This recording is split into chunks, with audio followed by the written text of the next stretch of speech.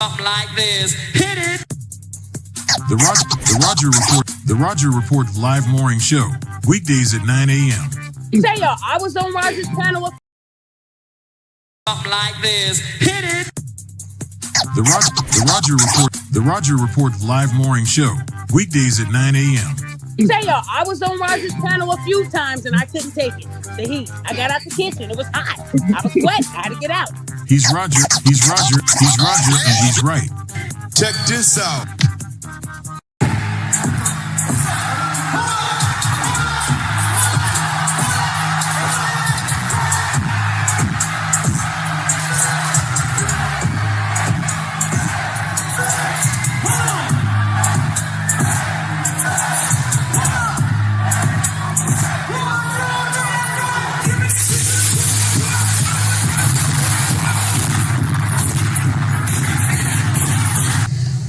Agreement by which we can live or die.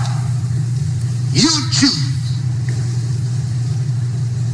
I have spoken to you a lot of times in hatred and anger, and you have not heard me. Well, you had better hear me today.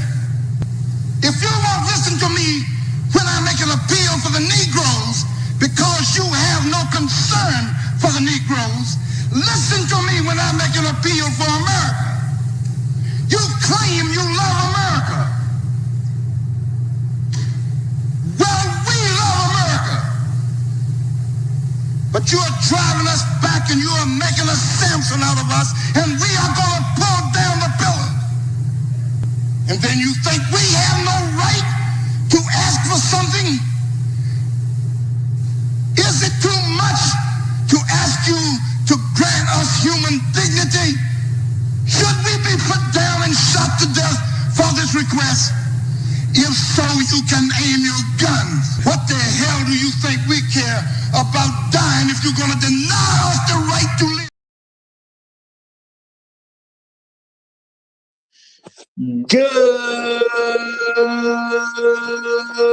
Good morning, folks, and welcome to another edition of the Roger Report Live, the best show on social media. If you are new to the channel, go ahead and take a moment out to hit that like button, because this is where you're going to find the best content on social media, and you don't have to worry about it because you're going to have me right here to make sure that happens. And if you already been coming to the channel for a while, then go ahead and hit that like button, because you already know what time it is, and you know that this is where you're going to get the best content on social media. It's not a mystery to you at this point. You've seen other people do it. You've seen other people do it well, but what you have not seen is anyone do it quite the way I do it. So make sure you hit that like button, and everyone, yes, everyone, take a moment out to share the content, y'all. There are so many people who need to get great content like this, and it's just a small thing you can do to help the world be a better place. And isn't that what we want at the end of the day? Don't we want the world to be a better place? Of course we do. So share the content out. Share it through your social media. Share it through word of mouth, or even text someone's phone. But do what you got to do to help spread the word. All right, folks, today we are back for another great and interesting episode over here at the Roger Report Live, because that's what we do on this channel. We do the greatest, most interesting, wonderful episode that you're going to find on social media. And today we are dealing with a topic, therapy words, therapy feelings, and therapy women. Okay, it's going to get interesting today. I'm sure it's going to get very interesting today, because, you know, that's just the way it's going to be over here. Now, before we go too far and deep dive into this the way it needs to be done, we're going to take a quick moment out to, first of all, let's give some shout outs to all the people who come on a regular basis and give me views, because y'all make up the fans. So shout out to each and every one of y'all. Shout out to all the people who leave comments after the stream, because y'all are helping with the growth of the channel. You know, all these things help with the algorithm. Shout out to the people who hit that like button. Now, if you ain't already hit the like button, make sure you do it now. And shout out to all the people who hype me up every chance they get, y'all. No matter how old or new the stream is, make sure you do that stuff, because you make the channel spread around the way it needs to. And we want everybody to have a chance to get a load to this great content. Okay, we want everybody to get a chance. And shout out to the people who go above and beyond the call of duty, who become financial contributors at the channel, because we can't do things quite the same way without these folks. These people step up to the plate. And, it's nice to know that we got people who have our back over here. And I want to give a shout out to the one and only, the sponsor of today's stream, the Great Black Reset. He is the sponsor of today's stream. So definitely shout out to you for the continued support, my brother. Shout out to you for the continued support. And it's going to be a good one. It's going to be a good one, y'all. And let me give a few shout outs to some of the first people to check in this morning, because when you start the show, it's always great to see that you got a few people already in your corner letting it be known. But as y'all know, there can only be one, and you got to make sure you get a few of these under your belt. So shout out to the Highlander of today's stream. Shout out to the one and only, y'all. Believe it or not, it's the Great Black Reset. He is the Highlander of today's stream. So shout out to the Great Black Reset again.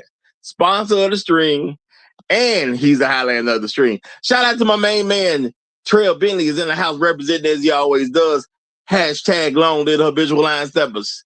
Hashtag Negroes in the wilderness. Hashtag dignity over vagina. Hashtag Al Gore's babies. Hashtag Hail Hydra. Shout out to you, my brother. Shout out to you. Great to see you. Great to see you. We got Floyd Thompson in the house. Yay. Glad to have you here. Glad to have you here.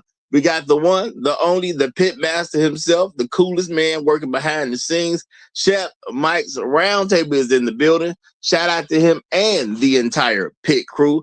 Always great to see y'all here. Always great to see y'all here. We got Bruce Owen Wayne in the house. What's going, my brother? What's good? Superstar Jay Quick is in the building. Great to see you. Great to see you. We got Boot Camp here. What's going on? What's going on? Inspired Truth Broadcasters pulled up a seat at the cool table.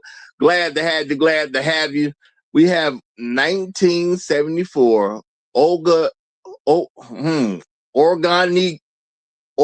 Energy. Okay, shout out to you. Shout out to you. Must be new here, but glad to see you. Glad to see you. Oh, he said, I've been rocking with you in the clouds, Roger. Well, shout out to you. Appreciate you. Welcome. Okay, get you a good welcome. Shout out to Anthony D. Allen. Great to have you. Great to have you. We got Tunnel Runner in the house. Jerome Payne is here. Great to see you. Great to see you. We got all my hoes demonetized in the building as well. And shout out to the Great Blacks Reset with the first super chat of the day. He's saying there can only be one. Shout out to you, my brother. Shout out to you. Well, today you are that one. Today you definitely are that one. And thank you for helping me get off to the good start. And also shout out to all my hoes demonetized, helping me get off to the good start. And he with his shenanigans. He says, at the Great Black Reset, hashtag refunds. So he's definitely on to his shenanigans already. But it's all good, y'all. We finna kick this thing off and get into some real stuff that needs to be looked at. And we gonna I got to give my heartfelt thanks, y'all. My heartfelt thanks, okay?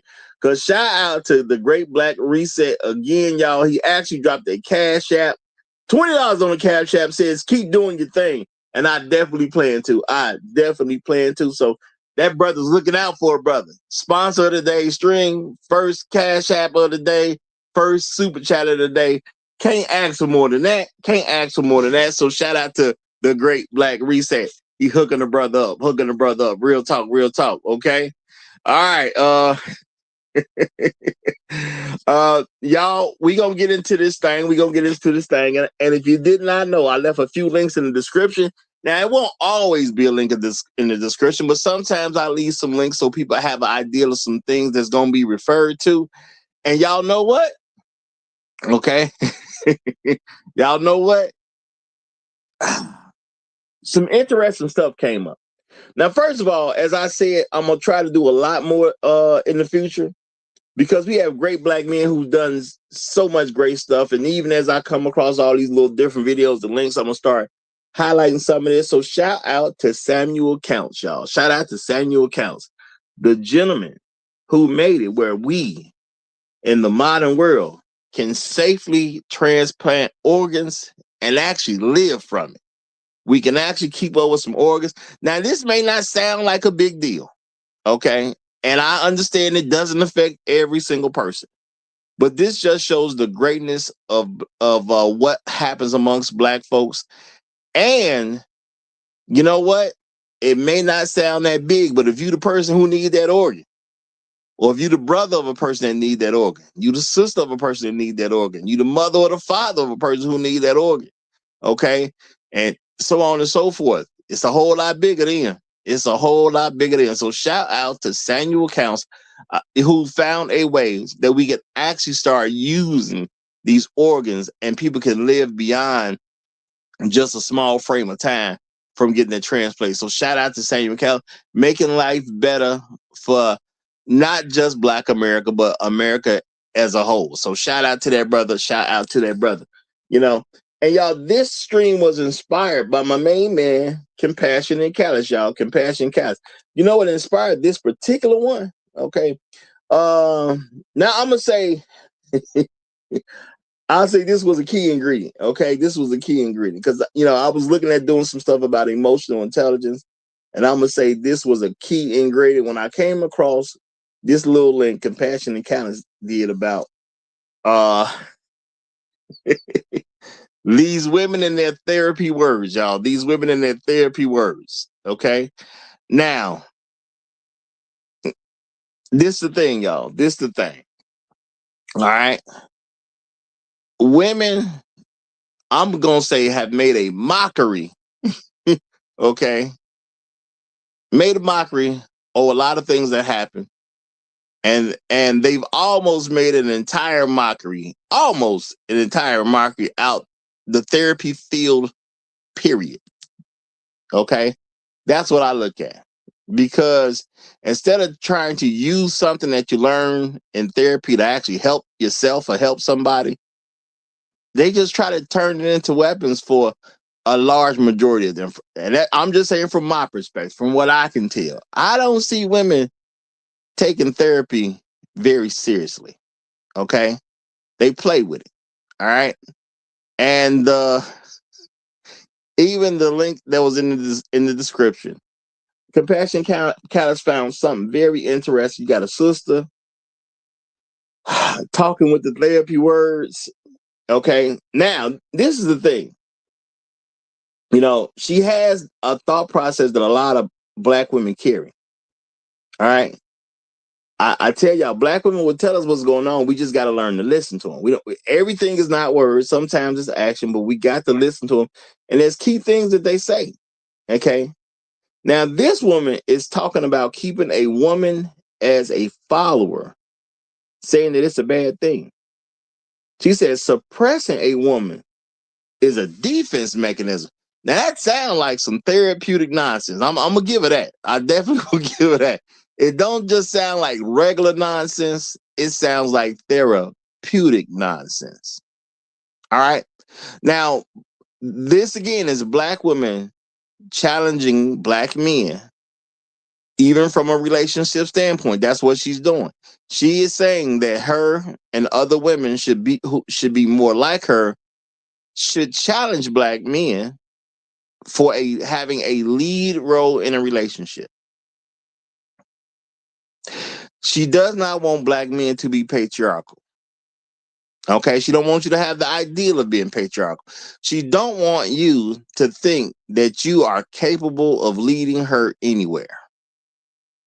Now, I don't know what her personal situation, because I just seen her in the clip. I'm gonna say nice looking lady. She could have a man. She got the hair working for her. She definitely could have a man. But you find a lot in Black America, Black women will have all the tools to win, and they somehow will pull victory out of the jaws of defeat. Okay? Oh, excuse me. They will pull defeat out of the jaws of victory. They do this on a regular basis. She got a nice enough looking face. She got, the hair she rocking is something. It's definitely gonna be different amongst people you'll see nowadays. She got the little necklace on or whatever. She seem all right. look like she's thin enough and all that good stuff. You know, there's a lot of good stuff you can say about her. But can you actually be with a woman like this and things work out all right? Probably not. Probably not. You know? So we have a woman that I'm going to give us some credit for looking nice. And I'm going to say this, y'all. When guys come on my panel, do not come up here insulting the way she looks, y'all. I don't like it when the men insult the way black women look. We can talk about how they look, you know, but we don't have to make it an insult as we're describing it, okay? And this one is a nice looking woman. She should be married. I'll say that. She should be. I accept black women making the claim that the reason they're not married is because they're too ugly or they're too fat. I accept that. Okay, black women in America, if you're too ugly or you're too fat, I totally get why you ain't married. I get it. I get it. Now, if you don't have that going against you, I don't see what your problem is other than, you know, the person that you are. It turns into a character issue at that point. Okay, that either happened for you or you just got poor character. Because everybody don't turn you down when you got poor character. Or unless you got some really poor character, I should say. Everybody ain't gonna turn you down. Now, I understand y'all. Women will say that, hey, some guy proposed and but we didn't get married and it was my choice. She lying. No woman who's a good woman is gonna have a man go through the trouble of proposing just to say no. Now, maybe he didn't spy how messed up she is, but no woman's gonna invest all that into a man to make him comfortable enough to propose and then say no if she's anything worth being with. Okay? And that's just the way it works. So she clearly has character flaws, which is why I say once they make 30 years old, y'all, they are a certified loser at that point. Doesn't mean you ain't a loser at 22. It just means you're certified when you're 30. Just take a little time. Just take a little time, but you'll get there, you know, because at 19, 20 years old, you might be one way and you might decide to change early because it don't work. And then, 22, 23, maybe even 24, you might get you a husband. All right, because you decide to put that BS aside. But a lot of black women will not do that. And now they're trying to justify it with therapeutic ways, okay? Therapeutic ways, all right? Now, I also put another clip in because, yes, this how bad it has gotten. And men need to remember who we talking to some of the time. We need to remember sometimes who we're actually speaking with. All right, so yeah, I did put another clip in. And I put that clip in deliberately as well. Okay? Obviously, a young guy, he out there in the streets, okay? Okay? Young guy in the streets. He's just trying to make something happen for himself, okay? Can't be mad at that. At his age, I'm sure I was doing the same thing, okay? He out there trying to make something happen for himself. Now, he goes about it in some interesting ways. Now, in this particular video, he saw some women, y'all. He saw some women, a group of women together. He said, man, let me strike. Okay, I'm out here. I see a group of women. Let me strike. So, imagine if this was you could do whatever animal you want. Imagine if this was a tiger or a wolf or a snake. You just slither up. You're going to make a strike at some point. You see a pack. That pack of whatever looks delicious. I'm finna get me one of them. How do I go about it? How do I go about it? Now, I watched some other videos of the guy just to make sure, see how he come off on a regular basis. Does he come off as a straight guy? Absolutely. Okay, absolutely. But he said, I got some black women right here. What's a good way to approach these women and to be able to, quote unquote, get some rhythm? How am I going to get some rhythm? I see a pack come, I got to strike some kind of way. So he said the best option for me right now because I want this to work. And I understand because, if you look at it, it was a decent amount of women there. Y'all know how women can be when they be in groups. You know what I'm saying? So look like about 4 to 5 of them, about 4 to 5 of them or whatever, trying to, I guess, getting some movie tickets or something. I don't know. Don't make no difference. The man did what he had. Oh, you know what? Looking at the background, they're probably just getting some train tickets or something. Okay, finna ride the train somewhere. Probably some college students or something. But he said, let me get real, quote unquote, zesty. Let me act gay. Because if I come at black women like I'm a gay man, how's she gonna turn me down? Yeah, that's what he did. Now I ain't telling him to do it. Okay. I don't even know where he got the idea from. But this is a brother out here in the world, young man, single guy. He wants to make stuff happen for himself. It looks like it's some girls at a train station.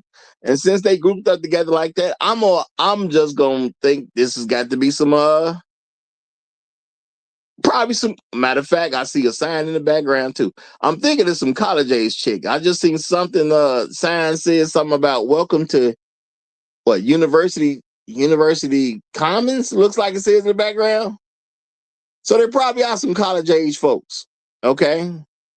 Maybe they go to school together. Who knows?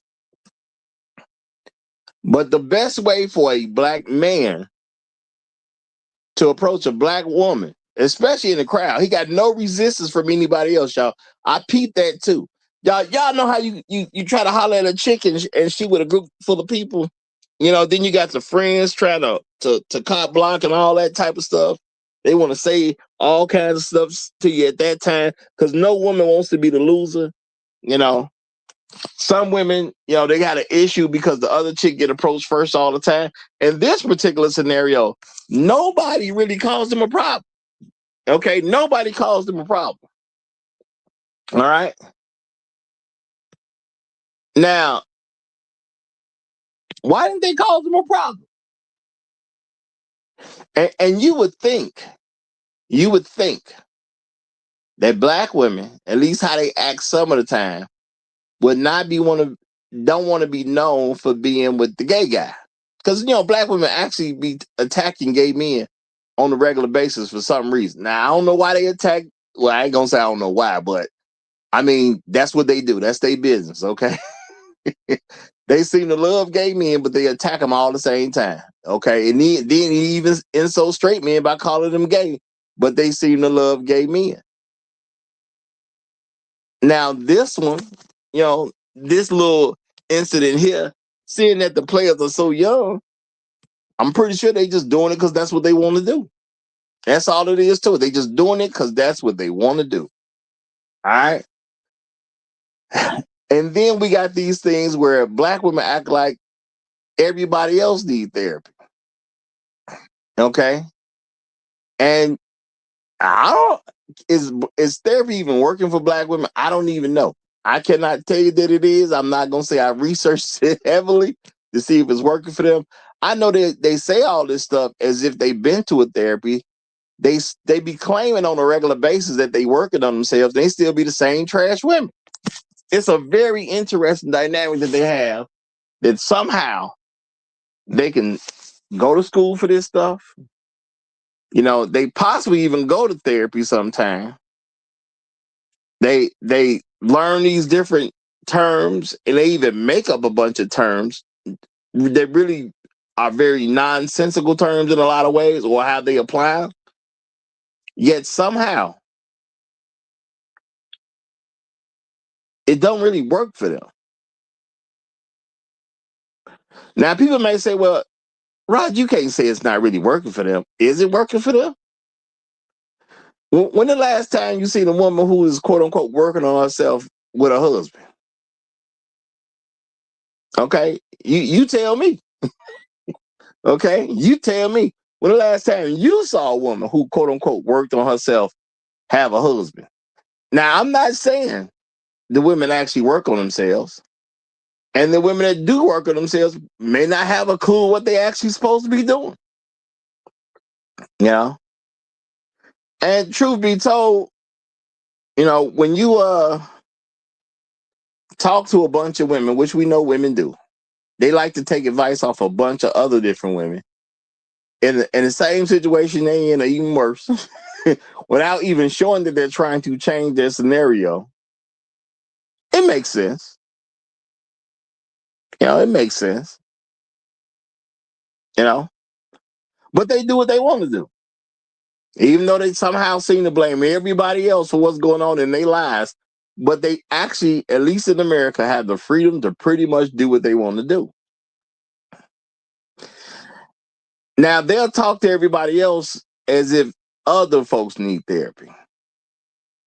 And a lot of times when they cannot get their ways, they'll say to men that you're not emotionally intelligent.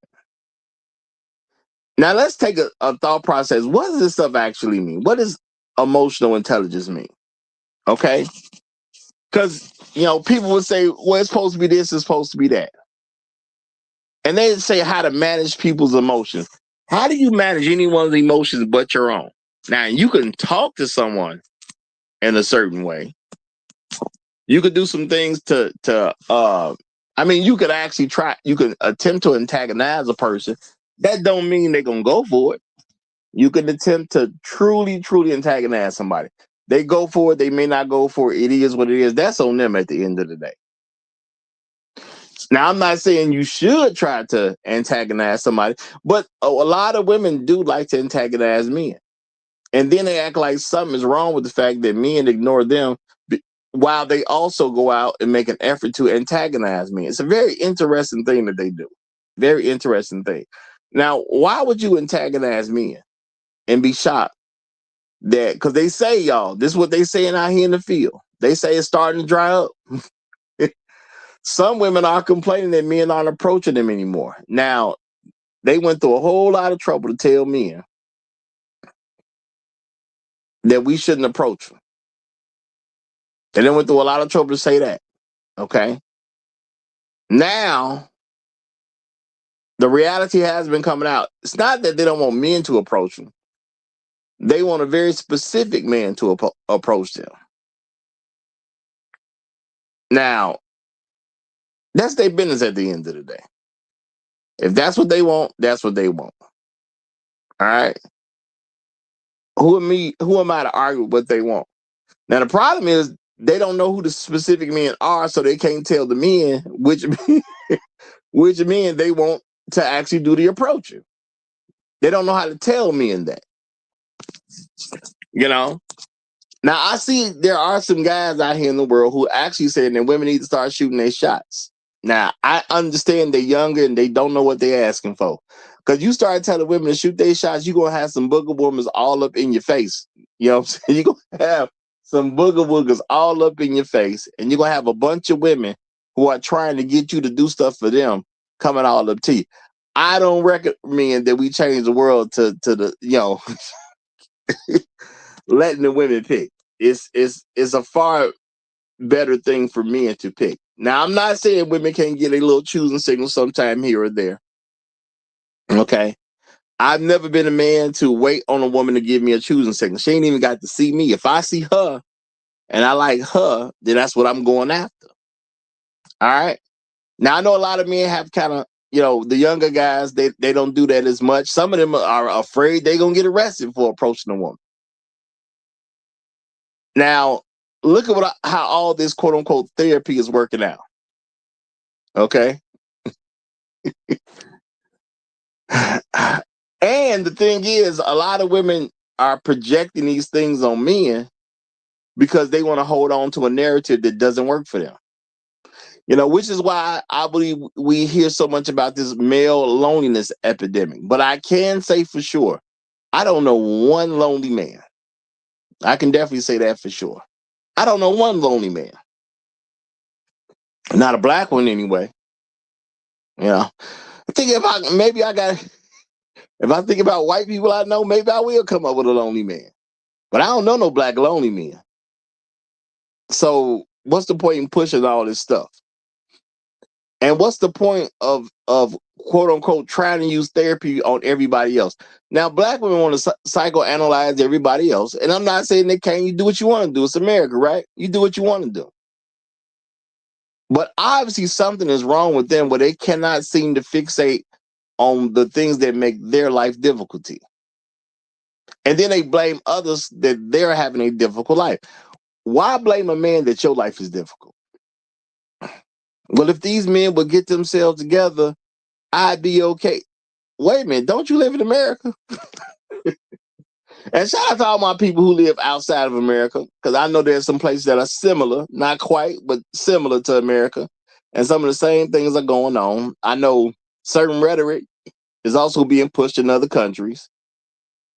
But why you need me as a man? And I ain't saying particularly me, I'm just using me as an example. Why you need me to get myself together for you to be together? What is it that I can go do that you can't go do for yourself?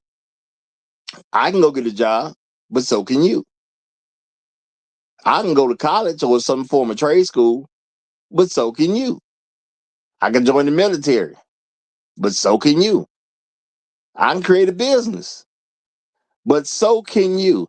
So what the heck is going on with black women who think they need some kind of man to get himself together so they can be all right? Now, I know this may not sound like something big, but it does actually lead towards insanity. I know people don't think about it that way. It's a small thing, not really talked about. But if a woman needs a man to get himself together so she can be together, when you live in a country, now I understand they keep telling y'all that women are oppressed and stuff like that. I don't know what they can't do that I can do. I don't know anything really they can't do that I can do, truth be told. And I know a lot of people debate on whether women need men or not. See, I don't care where you stand on that side of the fence. I don't care which fence you stand on. You think the women need men or women don't need men? All I know is if you need a man, then you should line up with one. And if you don't need a man, you should be able to make it on your own without one. So what is the problem with women? Because I hear them say if men would get themselves together, they would be all right. Now, let's be realistic, y'all. Let's use that way of thinking and put them in the context of something else. Let's say you're a garbage man. Okay, you're a garbage man. But you're not getting the garbage up in the neighborhood that you're assigned to. Okay? You're not picking up the garbage in the neighborhood you're assigned to. And the garbage is piling up. More and more garbage is around, starting to smell bad in the neighborhood. You're starting to draw things toward the neighborhood because it's so much garbage. So, you got more raccoons that you're seeing on a regular basis. You're probably going to see more pigeons. Heck, any kind of animal might show up. You start dealing with more and more garbage in the neighborhood. Now, the thing is, people, of course, have noticed how bad the neighborhood is because the garbage is not being picked up on a regular basis. Now, I know y'all might be thinking Roger crazy, but just rock with me for a little bit. Just rock with me for a little bit. So now, people are starting to trip because you got all these rodents and animals coming more and more because all this garbage is available, right? But you're still not picking up the garbage. So now, people come to you as a person who's supposed to pick the garbage up in his neighborhood, and you do exactly what the women are doing. And you say, hey, I know I'm supposed to pick up the garbage. I do know that. I get it. Y'all pay me to pick up the garbage. Now, I do know I'm very backed up on the garbage. The garbage ain't really been picked up in 3 weeks. And they say, okay, well, what's your problem? Why isn't the garbage been picked up for the last 3 weeks? And you say to them,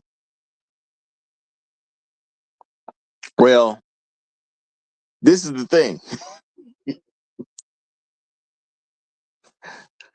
I need y'all to get y'all garbage together. So when it's time for me to pick up the garbage, I can come around and pick the garbage up. What you mean get our garbage together? See, I need y'all to put y'all garbage in the garbage cans properly so I can pick the garbage up. Now, of course, people saying, man, the cans are full. All right, we got cans out there. We got bags. We got all this garbage just piling up because the cans are full. Well, see, this is the thing. When y'all put y'all garbage into the garbage cans, unfortunately, y'all put it in a way that it became, I don't know. I don't know. I just don't know. I mean, tell us what's the problem? Why aren't you picking up the? Well, see, I don't really know. I really can't articulate to you why I got such a problem with the way y'all putting y'all garbage out there, but y'all not putting y'all garbage up right for me to come around and pick the garbage up. Now, that's the same thing you hear when you hear a woman say, well, my life would be together if the men would get their life together. The garbage outside, okay? You got access to the garbage truck. You got everything you need to pick it up, okay? Why are you talking to me about what somebody else is doing? Okay? Now, I could see if the garbage truck didn't work. Okay? If you say something like that, okay, that's an easily fixed problem. Okay? If you say the tire's no good on the garbage truck, again, easily fixed problem. We call somebody else, we get the tire fixed, we keep it moving. But you can't even articulate to me what the problem actually is, okay? All right, you can't even articulate it to me. The garbage is available for you to get. All you got to do is take the truck next to the garbage can, start putting the garbage in the truck. That's all you got to do. But your thing is you need somebody else to do something for you to be okay. That's what women are saying, and everybody act like this is sanity some kind of way. Well, maybe not everybody, but you get what I'm saying. The majority of people act like this is somehow sane behavior. Okay? This is not sane. And I'm using this because it happens so often, people don't even really notice it. Okay? Well, if you men would get yourselves together, I would be all right. And this happens in different forms. One of the forms was telling black men, if y'all would become masculine, I would become feminine. What the heck what the heck is a man doing got to do with who you are? Okay? It makes no sense at all. But this is what we roll with. All right? Shout out to Irvin Reed. Appreciate you, brother. Appreciate you. He says, laugh out loud. This Rogers women logic must be accurate because I'm fully annoyed. You know it's accurate. You know it's accurate now. You can say a lot of stuff about me, but it's it's accurate now.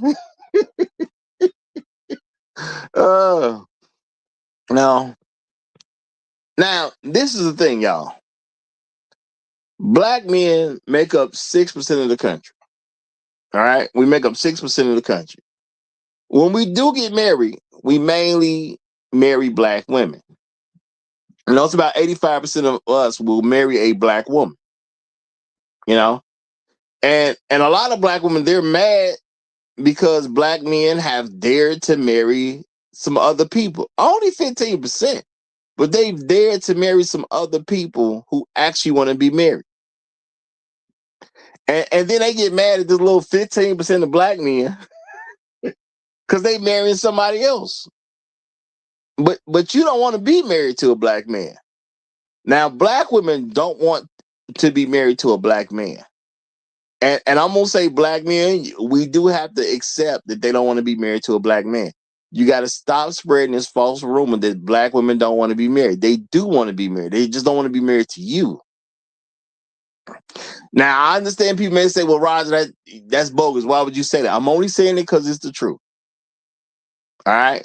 Hiding from the truth ain't going to change nothing. They do not want to be married to a black man because they do believe that they should not be led by black men. Now, if you listen to that clip, what did that woman tell you? She don't want you, quote unquote, dominating over her. Well, no, I can't say quote unquote because of what she said in the video. That's not the word she used. But she did say, you know, you don't need to dominate over her. You don't need to have a final decision-making position with her. Y'all need to be partners. Because as a black man, you cannot make a decision that she should have to abide with. You cannot make a decision that she actually has to honor. You should not be able to make a decision that she should do even if she doesn't agree with it. That's what she's saying. And she believes the fact that you could make a decision that does not agree with her, somehow there's something wrong with you.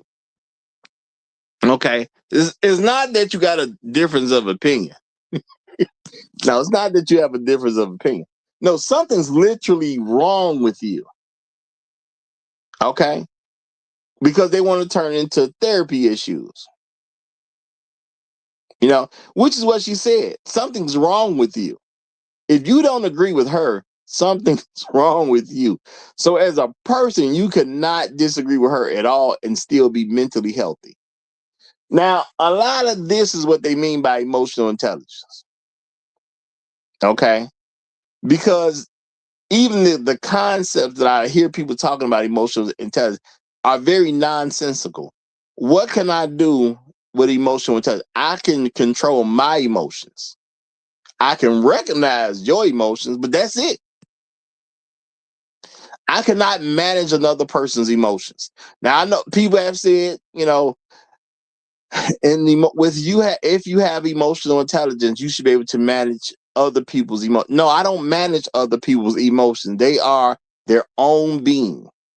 I'm not responsible for what's in your head. I'm only responsible for what's in mine.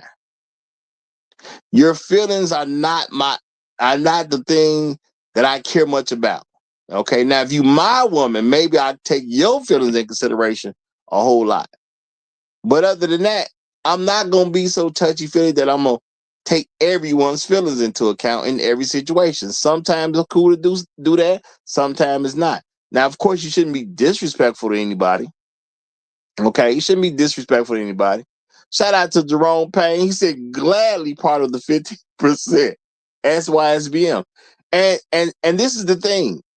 They'll look at someone like you, Jerome, and say something wrong with you because you marry a woman who wants to be married to a black man. Now, let's think about this. Does this make any sense at all? Black women get mad at the man for marrying somebody who wants to be married to a black man, but they don't want to be married to black men. You know, and again, y'all should really stop saying they don't want to be married because that's just a cop-out for them. Or it could be part of us because we always want to protect them. So, you know, mentally, our subconscious mind is going to say something where we're going to be geared toward protecting them. It's not that they don't want to be married. They just don't want to be married to black men. But they get mad at the 15% of black men who marry somebody else. Now, the thing is, most black men ain't married. Now, we marry more women than we marry more from a percentage standpoint than black women. Heck, we marry more from a number standpoint than black women. But why they mad at us for marrying anybody if they don't want to be married to black men? And see, the thing is, they want to be able to tell you something in a way that you have to accept that something is wrong with you. See, black women are really trying to manipulate black men from an emotional standpoint. Something's wrong with you because you don't like her. Now, it doesn't make a difference that some of them have waited so long to get married that they're older, they're fatter, they have children now, and they have more debt. The main things that black men have exposed all over the internet that they do not like. Okay? These are black men's main problems with black women. Okay, that they have too much attitude, which happens because you're in the world too long. Stuff ain't going right for you. So now you develop this attitude, which is a huge thing for black men. Okay, they get overweight, and and women will say things like, well, you men are overweight too, but men can be overweight. I ain't saying it's good, but I'm just saying what's real. Men can be overweight because all they got to do is make some money, and that's it. Okay, it is what it is. Now, a fat black woman, her having money don't really change much. Okay, it don't. And I know some of y'all may say, well, you know what? If she's fat though, Pookie will mess with her. Well, yeah, Pookie gotta get a place to live. So Pookie do what Pookie got to do. It is what it is. Now, I've said before, Pookie's got to give up a lot of dignity to operate the way they operate, and that's on them at the end of the day. If you're a man, you don't want to have a job, you know what I'm saying? You don't want to have a business, you don't want to be in the military, you don't want to go to college or go to some trade school, and you want to just depend on women to take care of you, hey, it is what it is, and you're going to need those fat broads. Okay? So they're going to serve their purpose here and there, because there's always going to be a Pookie who need a free place to crash. It is what it is. Okay, but see, the thing is, black women want to be fat and then have a problem with the fact that only Pookie want to be with them. Like everybody else supposed to want to be with them. Hey, that's just the name of the game. Women's supposed to be beautiful. You don't want to be beautiful, that's on you. All right? Now, again, because they done got older, what they done did, they done got out here and got pregnant. Some once, some twice, some 3, 4, 5 times. They got all these kids running around. And now they talking about they need a good man to help them raise these kids.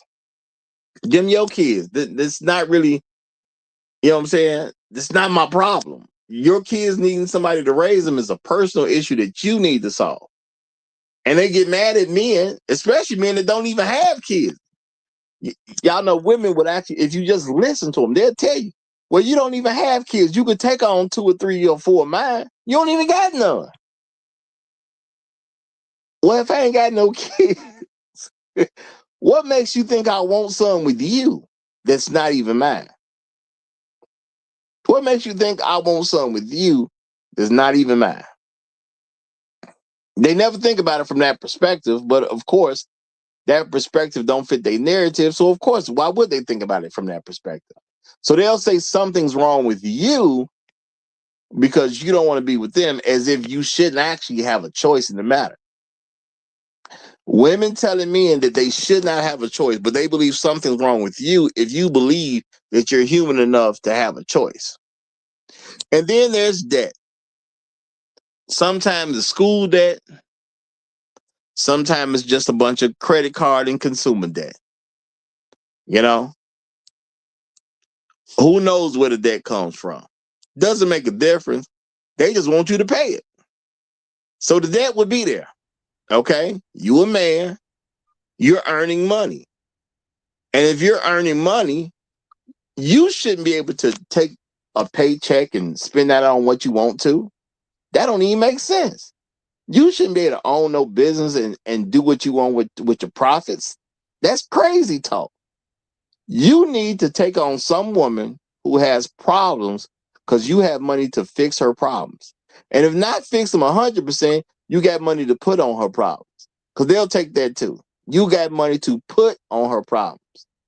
And a lot of folks they don't really get it. They don't really figure it out. Why do black women want you to have money? Well, how you gonna fix her problems if you ain't got no money? Yeah, you think they tripping about going on a first date and it being expensive. They just want to see that you got money so you can pay for their problems. And you know what? They might want you to pay for a few of their kids' problems too. They might want you to pay for their sisters' problems, their brothers' problems, whatever. Okay? But mainly it's going to be their problems. But every once in a while, they want you to pay for somebody else's problems too. Because they are a very selfish group of people. So they usually just want you to pay for their problems. But even if you can come in and start taking care of their problems, they want to create new problems while you're taking care of the old problems. because they don't think you should be in a financial position. So other people would think you can lead her. And that's what a lot of black women do. They look at what other people gonna think about you if you get in this good quote unquote financial position, because they don't know a real way to argue with money. And they say, man, if he does have a little money, then I probably should be listening. What my mama gonna say if he got some money? What my daddy gonna say? What my sister gonna say? What my cousin gonna say? What my sorors gonna say? What's my what's the people that I work with gonna say if she got a job? A lot of stuff to be questioned when you got a man in a good financial spot. So the best thing for her to do is make sure you never get to a good financial spot. And a lot of ways that women do this is they just simply create more problems for you to take care of financially, so you can never move to the next level. And we don't really see it as that because we're just good black men thinking that we got somebody who really wants us, and we don't really pay attention to how she moves. Hey man, you got to pay attention. You got to pay attention. Now I got a guest that then came up, so I'm gonna go ahead and slow down real quick to let him get the mic. I'm looking at his name, y'all. These names. But I'm gonna turn the mic over to Trash AF. You got the mic, my brother. You got the mic. Happy Monday, Roger. Happy Monday to everybody. Happy Monday, brother. Man, today I got confessions. Let me tell you something, Roger. I hate you, Roger. Ooh, I hate you. I hate you. I hate your daddy. I hate your mama. I hate your DNA. Ooh, I can't stand your nigga ass. Because you keep talking about my mama like that. My mama did nothing wrong, Roger. All she did was having 3 children by 6 different dudes. And she's a light skinned bitch with perky tits that are still jumping. And you keep telling me that she's not worth it. She ain't gonna get no man who earns 8 figure. Oh man, I hate y'all. I hate all of you. And today I'm here to defecate on all you niggas. Except Uru. The other is not part of it. You good. I'm gonna defecate on all of you because this is therapy. You know, I got to unpack my bags on all of you niggas, and I hate you. Mostly you. My hatred is directed toward this particular brand of niggas because they keep talking about my mama. My mama is my mama, and I love my mama. Thank you. Hey, shout out to your mama. Another non-perfect black woman. That's all. Cause let's keep it real. Ain't nobody perfect around these parts. Ain't nobody perfect around these parts. But y'all ever notice how black women will say ain't nobody's perfect, meaning y'all should excuse everything I did wrong? Don't even pay attention to the fact that I did it wrong deliberately. Just accept that none of us is perfect, so my wrong shouldn't count. Okay? Man, all she did was having 3 children by 3 different men. What's wrong with that? Now, see, this is the thing. She not even fat. This is the thing. You know, there are some women who don't like the fact that there's men who will say, well, they don't want to deal with no single mother. Now, let's be realistic about this. Who told her to become one? That's on her at the end of the day. You know, if you're a single mother, that's your choice. I mean, we live in America. We are not in the 1500s. And I wish other brothers would start telling women this. But I do believe we do need to be more expressive to black women. You know, I'm saying in your personal life, if that's all you deal with, on social media, if you're on social media as a content creator, you need to say it. If you are just typing out stuff like on a Facebook or something, you just make it, hey, you know, this is all you. We don't live in the 1500s. Now in the 1500s, you know, you had to pretty much just not have sex to make sure you never got pregnant. That's what you was doing. Okay. It is what it is. You may believe you have a strong pullout game, but nothing was guaranteed. And if she got pregnant, she just got pregnant. That's just what it was. But since we're not in the 1500s and women got all kinds of birth control that they can use, Now, I get it, y'all. A lot of black women gonna say I don't like birth control. I don't know what that's supposed to mean, because if you're gonna be having sex with somebody and you don't want to have no baby, that means you should be using it. Doesn't make a difference whether Birth you like it or not. birth Okay, control makes them fat, Roger. Eh, It makes them who fat. who cares? At the end of the day, you got to do what you got to do. Shout out to Black Guru Strike. He say you can put it in another place, which you can. But if you're gonna play that front game, it is what it is, you know. And I get it. Emotionally, some women, they don't like it if you don't look at them in the eyes while you're having sex with them. I get that, which means at some point in time, the missionary gonna have to get in there somewhere. But of course, if you're doing missionary, and and you're hitting that sweet spot, the chances of pregnancy come into play. But again, since we are not in the 1500s, okay, women could use birth control. Uh, now let's not act like trash AF ain't saying something that black women have said about birth control makes them fat. Who cares? That's the game you got to play. I guess you got to work out a little bit more than what you used to. You'll be all right. Okay, you'll be all right. If birth control actually makes women fat, I think they should just go to the gym. That would be my understanding. If this thing makes me fat and I don't want to be fat, then I should probably just go work out.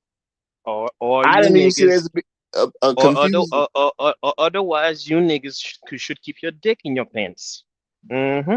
That works too. Well, Mm-hmm. now she want that. Let's keep it. The whole point is she want the dick. She wants the dick, but don't want to get pregnant, but don't want to, but trip about people saying they don't want to be with a woman who's had a baby. All this is her choice at the end of the day. Ain't nobody, what I'm saying, making women have babies. Like, this is not a real thing. But we talk about it as if it's a real thing, which goes toward insanity. See, black women show a lot of things that go toward insanity, but people don't talk like it as if it's crazy. And I just think we should just be real about it and just talk about how it is crazy at the end of the day. You want to have Roger, sex. You don't want can to I ask you? protect Can I ask you a yourself. question, please? Well, let me just finish this real quick and I got you. You want to have sex as a woman.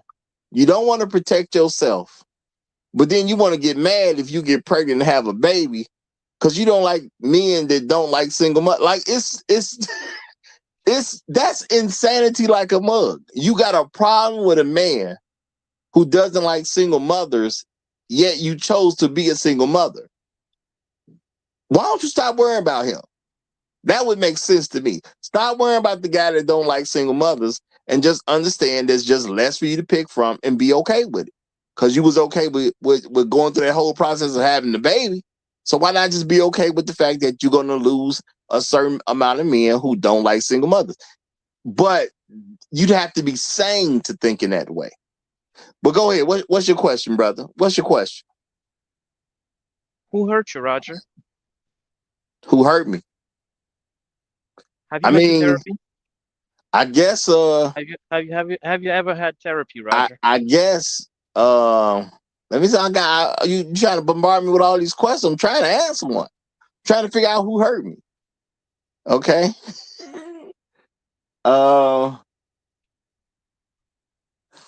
I think the first time I remember being hurt was my cousin.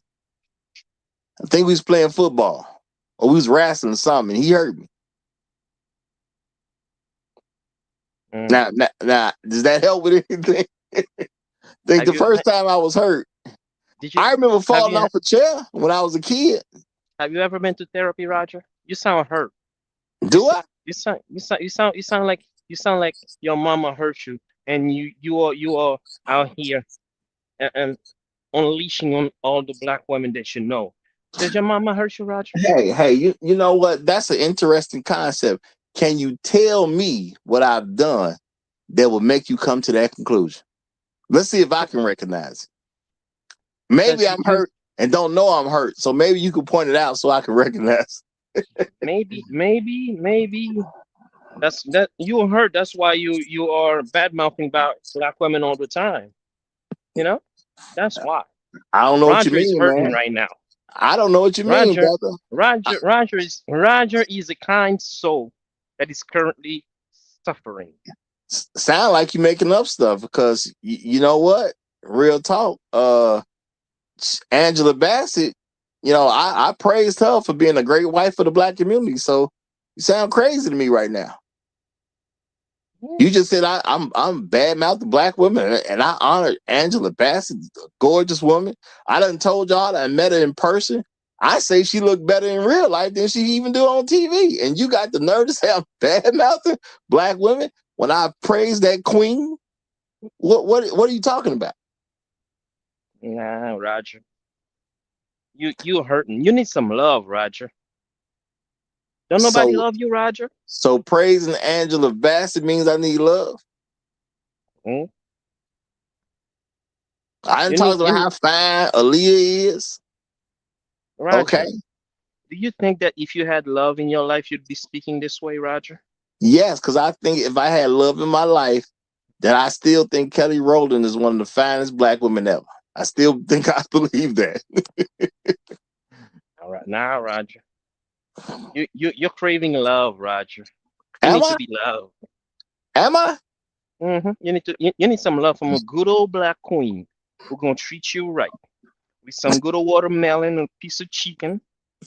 She gonna pat you on the head and tell you did a good job, Roger. She gonna kiss you on the cheek, make you feel like a man. That's what you need. And you know what, y'all? This is him displaying what a lot of women would actually believe is a real thing, and that you can quote unquote therapy somebody into being stupid. As if something's gonna change. Because they say some slick words or whatever. And you know what it is?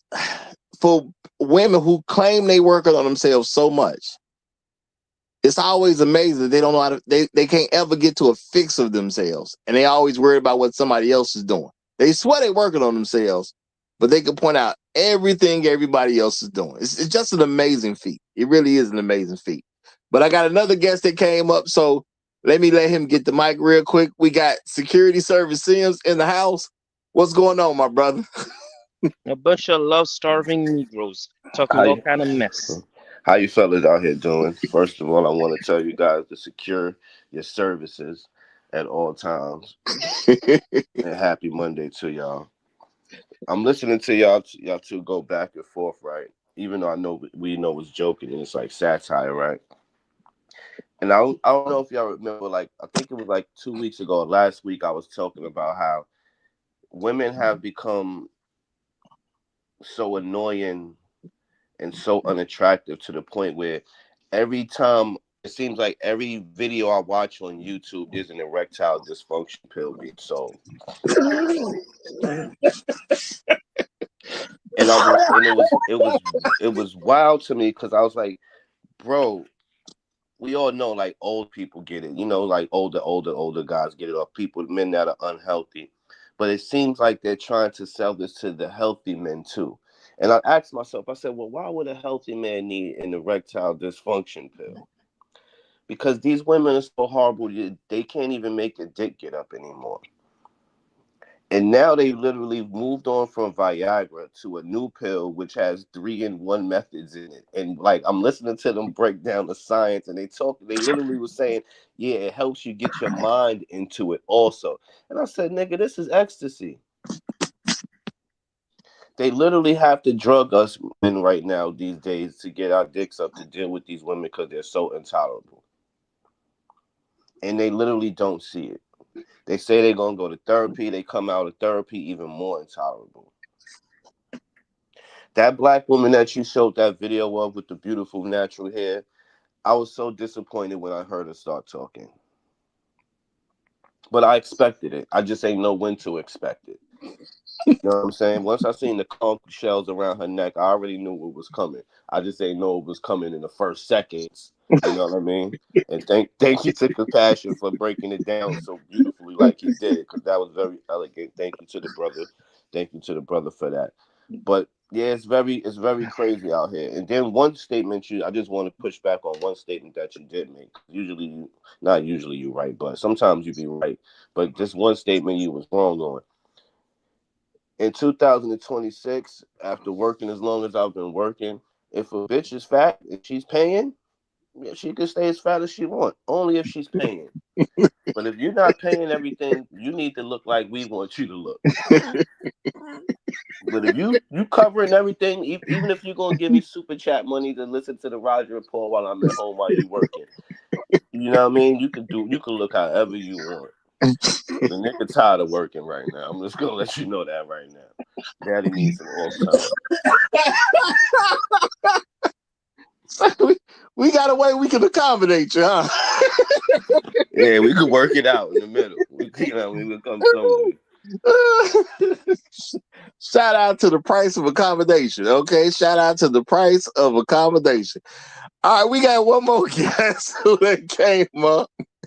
We gonna give it to the delusional stone protector. You got it, my brother. You got it. Well, Shark, okay, man. They gotta be good company. And, if they're paying, they can't just pay. Sometimes even the one that pay, sometimes they annoying as hell. Well, say keep your money. I will come to the Roger Keep your Report, money. get my good company with y'all fellas, and get back to business when she get off of work. I just pay Roger for overtime every day. Yeah, overtime tax, and do shows about big girls with delusional stones. Yeah. Thanks for having me up, Roger. Man, look at I know that I want to talk about that one video. That chick is psychotic. Any chick that come with the therapy method, bro, the therapy, I found them chicks to be psychotic as hell. I mean, you don't want to fight chicks flat out, but you're going to have to slap a bitch. I'm sorry. She's going to be one of the ones that push you to do it. And you're going to have to be ready to beat on whatever brother, cousin, uncle, niece, you that she bring through. Because they really stick to those guns with that one, man.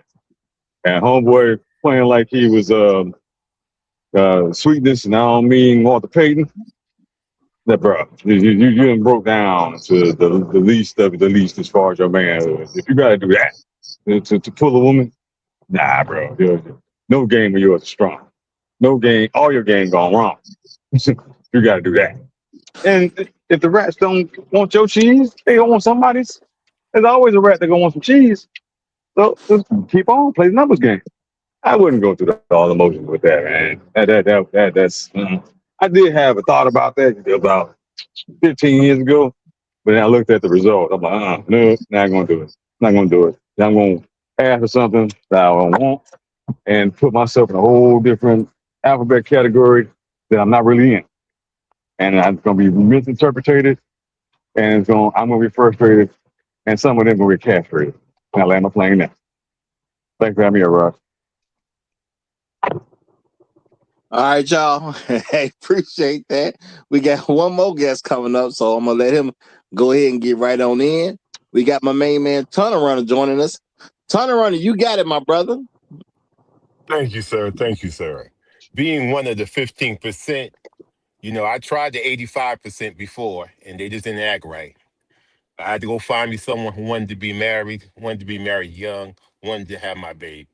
So just being one of the 15%, I just had to go other places where I could find people that were agreeable to what I want to do and would obey and follow the rules that I set up. So, it's just one of those things that, if you got women who are staying in their prime age group to get married, talking about they don't want to get married. And then when they do want to get married, they want to come with a whole bunch of baggage. It's just uh, situation. It's a bad situation. They don't want to get married when they're in their prime. They do want to get married when they got a whole bunch of baggage. It's not good for black men Hmm. to be in that situation. And I'll land right there. Now I'm gonna Why? say, Why does all of you Negroes sounds like a bunch of hurt Negroes? Y'all are in what pain. what Y'all are thirsting for love. Well, Y'all need to be loved. Go get loved. You know what I mean? see, Yeah, this is the I don't thing. understand y'all. In order You, for us you, to, all of you sound hurt. You're in hurting order for inside. us to properly respond, you must first describe what a hurt nigga sound like. Sound like y'all. No, You no, sound like no. y'all. You know, and I appreciate you. You know what I'm saying, for being a little sarcastic and all that. But see, that's the same thing I would ask a woman. What does the hurt nigga sound like?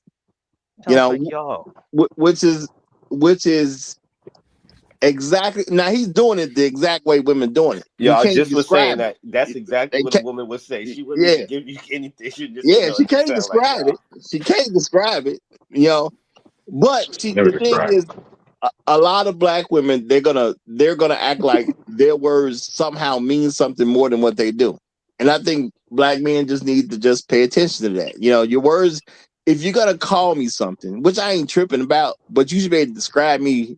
You should be able to describe the thing that you call me, because you used it on me, which means you're supposed to already be familiar with it. So if I ask you what the thing is that you call me that you should already be familiar with, you should be able to simply articulate what that thing is.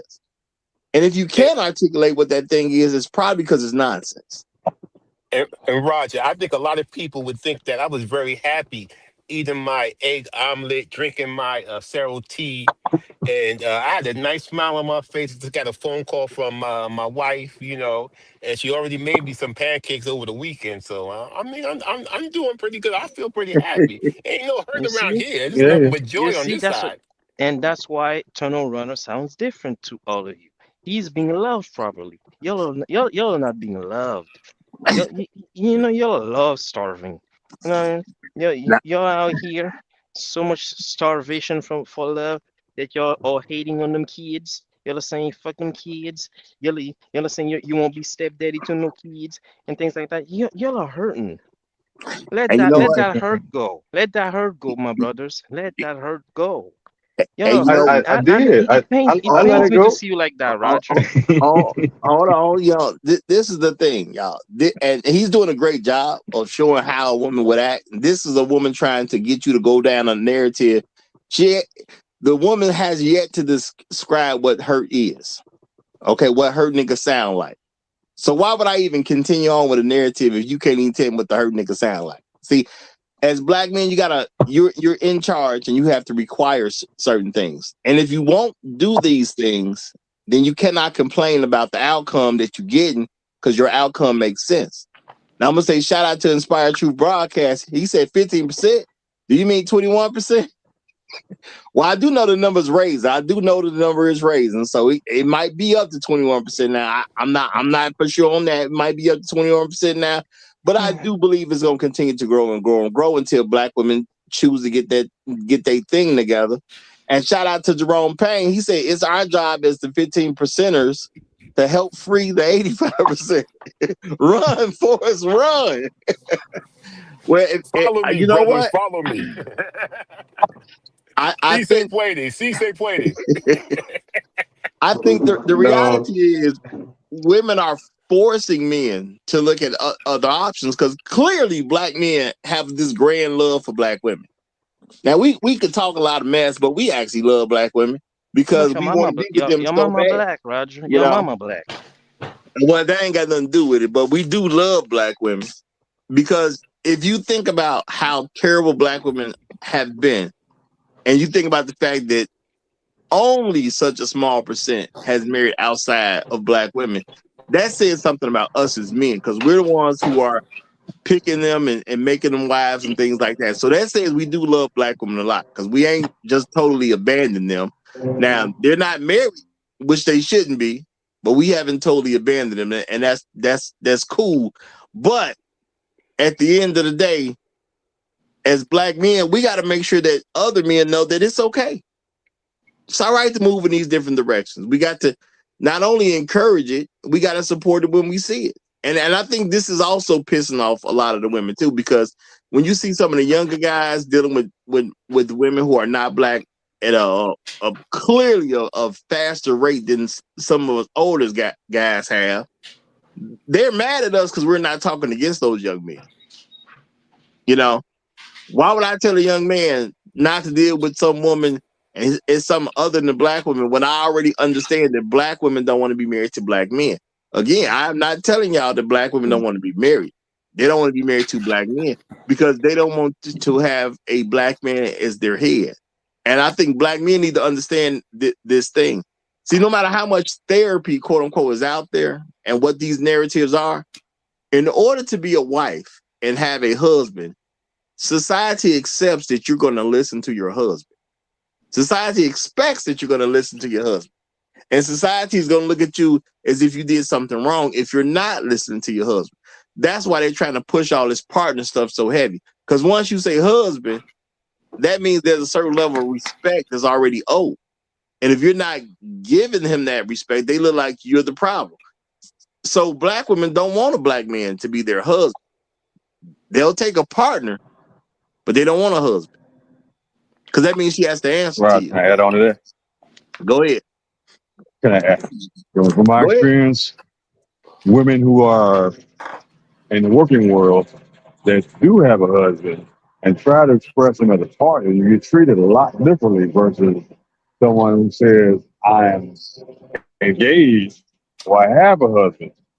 Those other men that may be about color or may not be about culture, they have a certain way they will treat you. They're not going to give you the same stuff or same treatment they would give a single woman that works for them. They're going to treat you a little differently. So when you say it's time to go, I got to go do something for my husband. Me and my husband got to do this, that, and third. They ain't gonna give me no break. But boyfriend or partner, you staying at work all night. You're not leaving when you want to leave. We're not here doing their homework for them, right? Okay. You can't be in here giving them the answers to the damn test, okay? Well, I mean, they can't think past 7 seconds, so sometimes they need the answers, and they need the answer repeated to them multiple times so they can get it. So they can never say they don't know. They can never say they didn't know. That's gonna ruin them. Now, hey, Roger, you know what I hear? I hear this from a lot of women. You can't tell me what I can do. You cannot tell me. My father can't tell me. You can't tell me what I can do. I'm a free spirit. I'm gonna do what I want to do. No, I actually agree with that. I can't tell you what to do. That's why I ain't got to be bothered with you. You know, see, I'm never against a woman telling me I can't tell her what to do, or just saying to men in general that we can't tell. She right. We can't tell them what to do. That's why I don't mess with you. Because why would I mess with the woman I can't tell her do nothing? So, you know, I don't think that's a bad thing that women are announcing that they should actually be looked past. But you know what I'm saying? The way you said it, you didn't take it that way. I'm saying that's the way black men should just simply take that. You can't tell me nothing. Okay. You know, I've made women look at me real funny when they said that, you know, no, can't no man tell me nothing. And I just, you know, sometimes I crack a little joke. I'd be like, don't worry about it. I'll pray for you, something like that. But she basically just told me don't bother. You know what I'm saying? Don't bother with her in general. That's how I take that. It's not a crime. She don't want my help. And if she needs my help, she probably won't get my help. That's just real talk. Because I can't tell her nothing. My reply is, I know I can't tell you nothing, but I could tell you what you should do. I can't tell you what to do, but I'm going to tell you what you should do. Yeah. And if you want to do it, you do what you want to do, but I told you what you should do. So when you don't get the results you thought you were supposed to get, maybe you should do, you know what I mean? So you got to play this. Like, that's another, like, now you got to play word semantics with grown ass women. They've been therapized, or whatever the word would be for that. Meaning would be so much that you got to talk to them like little kids. Like, you got to fool them into doing something right for themselves. Therapized. Therapized. Yeah. You got to fool them into doing something good for them. Now, I ain't gonna necessarily disagree with that. I do believe a lot of them, yes, you would have to do that, you know. And my thing is, I'm okay with women suffering. That's my thing. It's always been my thing. It's always gonna be my thing. I'm pretty sure I'm gonna die, you know, probably being okay with it, because as long as the suffering is a choice, I don't feel bad. Now, I feel bad for somebody who's made to suffer. But when it's your choice to suffer, I'm good with that because you grown. You know, if you grown and that's the road you want to go down, you know, I respect it at the end of the day. But what I do want black men to know that there is a reason women are using these therapy things in a weaponized way. Because it's not like they're trying to go to therapy to quote unquote heal.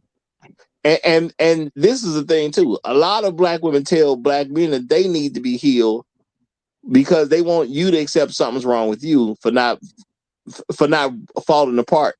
And a society that's literally geared to go against you. Now, am I gonna say there's no black men who don't need some help? No, of course there's always somebody who needs some help somewhere, just like it's always a guy with no leg.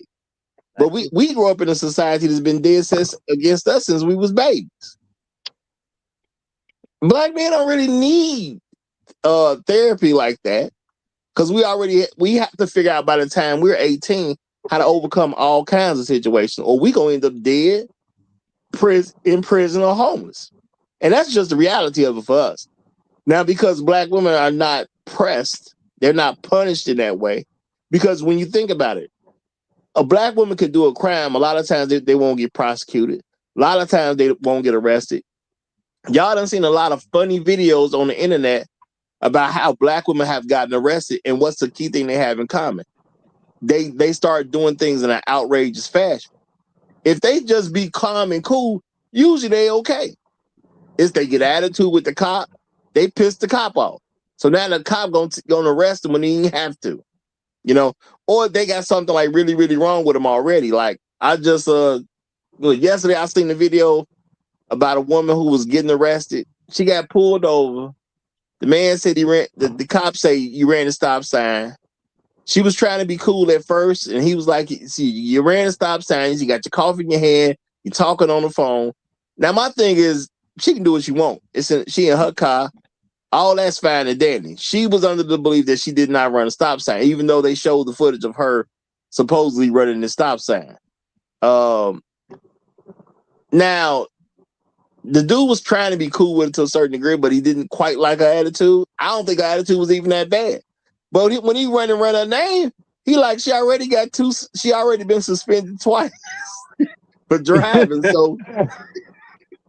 So this is, she done been suspended twice, and then now you're running a stop sign while you're on the phone and, you know, drinking coffee. Like, maybe you don't need to do all those things at the same time if you've already been suspended twice. You know what I'm saying? And then, you know, as he was talking to her, then her attitude was kind of changed a little bit because she was on some, let me just get my ticket and go away. Your license suspended. He can't just let you go away. But again, that's a more outrageous thing. A woman let her license get into that point and didn't do anything about it. So it's not like he arrested her for the sake of arresting her. It's only because you already driving and she was in a rental car. Now, I don't even know how she rented a car. Well, I mean, technically there's ways around it, but she was in a rental car and had it for like a week. You know what I'm saying? Why are you in a rental car driving and you ain't got your license taken care of? That don't even make sense. You know, so that's a person who want all kinds of extra trouble. Because what they gonna do? They're gonna probably tow that vehicle. Now you're gonna have to get a rental vehicle out of some lot somewhere after you pay for it to be towed and all this. Like, you putting a lot of extra stuff on whoever really rented that car.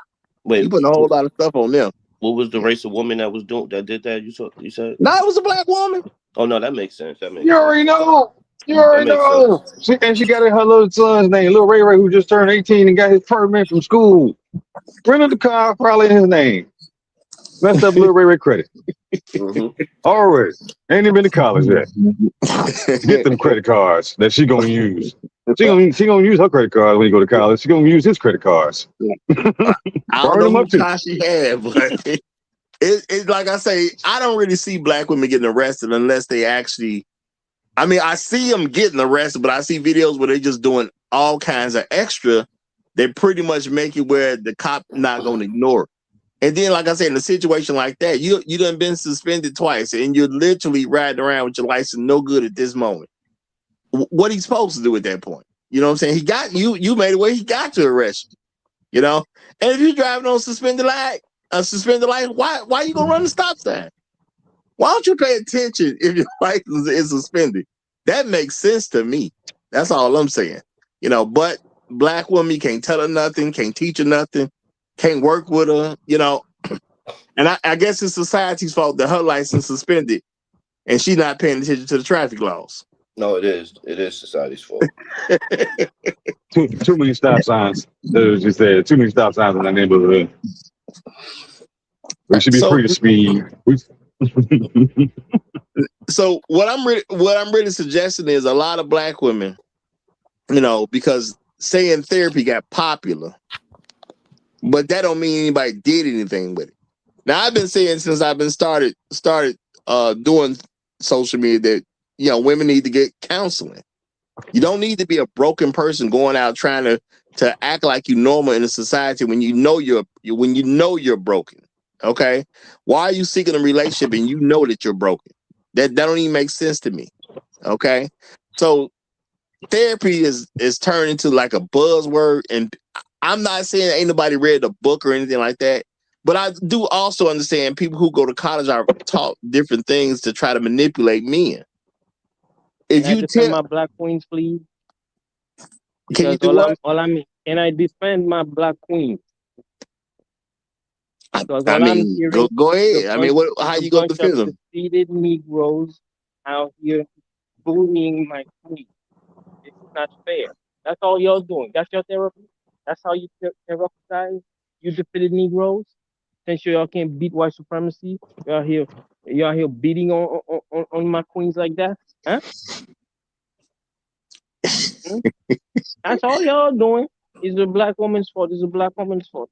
When are you going to take responsibility for your own actions, you Negro? Hmm? Now I'm gonna say shout out to you for that. That's definitely how black women try to make sure that they don't have to fix their stuff. They just start talking about somebody else or something at random, so you won't pay attention to how they need to fix themselves. Again, a lot of black women need to actually use therapy. Now I understand that they got a different little term they coming up with in college and things like that. We got an emotional intelligence thing that's been is being made popularized right now, but nobody really thinks about that. If you're emotionally intelligent, that means you should be able to recognize your emotions, possibly recognize somebody else's emotions. But what does that mean? You can't do anything with anybody's emotions but your own. And I've heard people say, you're supposed to manage other people's. You cannot manage somebody else's emotion. You can make a suggestion. You can do little things here and there, but you can't actually manage nobody. You can give them stuff that won't be so antagonizing to them, but that don't mean they're gonna act right. It just depends on what mood they in at that particular point. You know, you cannot control other people's emotions. And a lot of people who really don't know what they're talking about tell folks all the time, you need to be able to handle other people's thing. You can't handle my thing. When I make a decision to be mad, ain't nothing you can do to stop me from being mad. Ain't nothing you can do. You know what I'm saying? Because it's my decision. We can stop Roger from being mad. No, you can't. Go get your black queens. We're going to pat you in the head, kiss you, hug you, and make you feel like a man. You know, so that you stop hurting. You're hurting. I'm gonna say, soul, Roger, your soul is hurting right now. I can feel it. And that's some of the nonsense right there. How can you make me feel anything?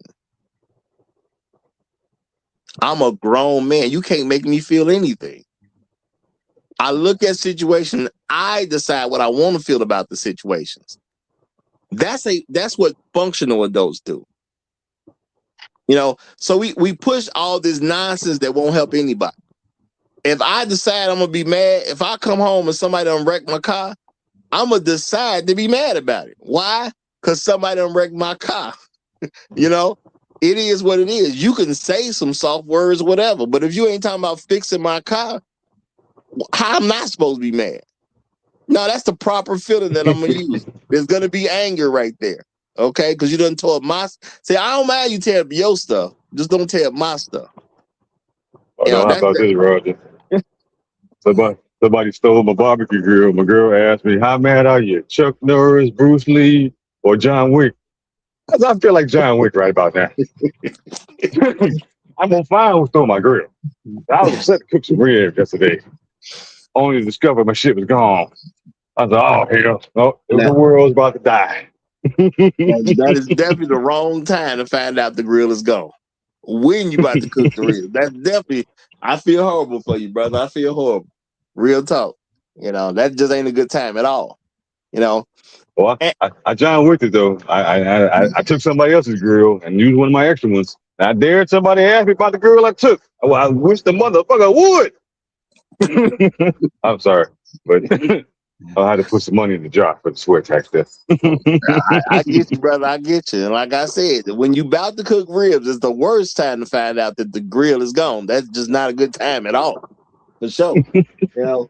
I definitely rather 2-3 days ahead of time so I can at least go fix the grill problem. Or at least accept ain't gonna be no grilling this weekend. Something, you know what I'm saying? But to find out it's gone when I'm about to grill, yeah, that's horrible. That's horrible. Yeah. Now I'm gonna say, these different little things that women do, y'all, we gotta really start paying attention to it, because what's the point of therapy if you're not using it to make yourself better? And I do believe if you're going to talk to a woman and she hits you with something like, "I'm working on myself," you need to get specifics on what that means. Okay. I don't want to hear that you're working on yourself. You could tell me specifically the thing that you did to work on yourself. I listen to that. If you say I was a narcissist and this what I did about controlling my narcissism, see, that I can hear. Okay, I can hear what you're talking about on that. But to tell me I'm working on I don't know what that means. You know what that's like, Roger? I know you said the grill ain't there. No, it's like you did everything, and you even got the charcoal, and you go to the grill and open it, and the grill ain't there. That's rough, brother. That's a horrible picture, man. Real talk. Oh, no. But I guess it kind of is how some of us have dealt with black women, though. We thought we was about to barbecue something. We done got the meat already. We done season it up. We in the house, you know what I'm saying? All kinds of stuff is going. You got everything perfect and ready to go. You got your vegetables chopped up or whatever you put with the side with it. And you about to get that thing going. You done went and got the lighter fluid. I'm gonna tell you how we used to do it back in the day. We went and got the lighter fluid and the charcoal. We done pulled it all up from the basement, because that's where it was. It was in the basement. Mm-hmm. Now we got it up. We in the kitchen. We got it all ready to go. We about to go outside and do this thing on the grill, just to find out the grill ain't there. And you while you washing the meat, you looking out that little window in the kitchen at the grill in the backyard. And you get there and open it up, and ain't no grill to put the meat on. Just a grill there. It ain't no grill there. There's a grill with no rack. Damn, no rack is gone. Rack gone. Can't cook with no rack. Man. It don't matter how big nice the grill is, he ain't got no rack. And you sitting there talking about how nice it is outside while you inside preparing the meat and all that. Mm-hmm. It's a beautiful day for this too. No, here's the thing though. The thing that don't piss me off the most is the fact it got stolen. This is the second time it got stolen from this large little storage area. The second grill. The first one was better than this one. Mm-hmm. I'm trying to move. And that's the majority of black women. Beautiful grill, and you get there, ain't no rack. Man. Yeah. And then they want to give you some therapy like you supposed to be okay with the fact that ain't no rack. That's the crazy part. Hey, Roger, you know what? I got some therapy when I was in Colombia. Because I just mentioned some ribs. And all of a sudden, they were seasoned, they were prepared, and she had somebody else cooking that ribs for me. It was a wonderful thing. She told me, "Sit back, Daddy, and relax. I got this covered." I said, "Okay." Roger. I needed therapy because I was unaware that this goes on in the world. I thought I had to do something, but it was very pleasant. I was God bless her little, soul. Put a gag order on turnaround. Now you're talking. He said, "I was not aware this goes on in the world." Well, I mean, I do think that this is a real thing, because every time you look up, somebody's trying to give you some new term to make you feel a different way about something that you actually should feel. I'm talking about a healthy feeling. Which is why I say that if a black man can't find a black woman, y'all, at some point in time, we just got to say that's black women's fault. I know people don't want to say that, and I get it. As men, we are used to taking responsibility for stuff, and I'm not even saying there's something wrong with taking responsibility. But you can take responsibility for things without taking blame for it. And that's what black men need to really get in tune with. You can take responsibility without taking blame. If the women ain't good enough to marry, that's not your fault. Now, if you already married to a woman that wasn't good enough to be married in the first place, or shouldn't have got married, then now you take responsibility because you already done did it. And now you got to make that situation right as best you can because you already in it. Now, if you're not already married and she don't seem to act okay, just let her go. And that's just something nobody tells black men that they should do. Just let them go. All right. At the end of the day, it's not. See, we look at relationships as if they're complicated. They're not. All you need is two people who going to commit to each other. That's it. You literally don't need nothing else. The other stuff you do is just you manifesting the commitment that you made to the other person. When you get up and go to work so she can be at home, that's a manifestation of your commitment. You already made the commitment. Okay, you working just is the manifestation of the commitment. You paying the mortgage, manifestation of the commitment. Because truth be told, as men, we don't really need these houses like that. We be buying 2, 3, 4, 5, 6 bedroom homes, whatever the situation determines. We don't need that, because if most men are like me, I go to one room. What is the living room for? That's for company. And that's for a woman to say she has a nice home. I don't need no living room. It's not really for me. We do this so they can be okay. And then when they don't cut the mustard, they gonna come with us with some therapeutic nonsense where nothing gets fixed with them. And they'll tell you, you know what, you bipolar. Because, I talk to you and then you get mad all of a sudden. If you telling a person something he should be mad about, you can't say they bipolar by getting mad at the stuff that they should get mad about. And I hear things about, well, you men, you just get too angry. If I go to work and I come home and you ain't made dinner, how am I supposed to feel about that? From a realistic standpoint, y'all, am I supposed to be joyous that you haven't made dinner? Am I supposed to be upset that you ain't made dinner? You tell me. What is a reasonable way to feel about the fact that you come home and your wife has not cooked dinner? She's not your slave, Roger. She's not your slave, Roger. I guess that's the I'm mad twice. I'm mad and my belly mad. Where's the food at, woman? Roger. Because a big girl, it's going to be something cooked when you get home.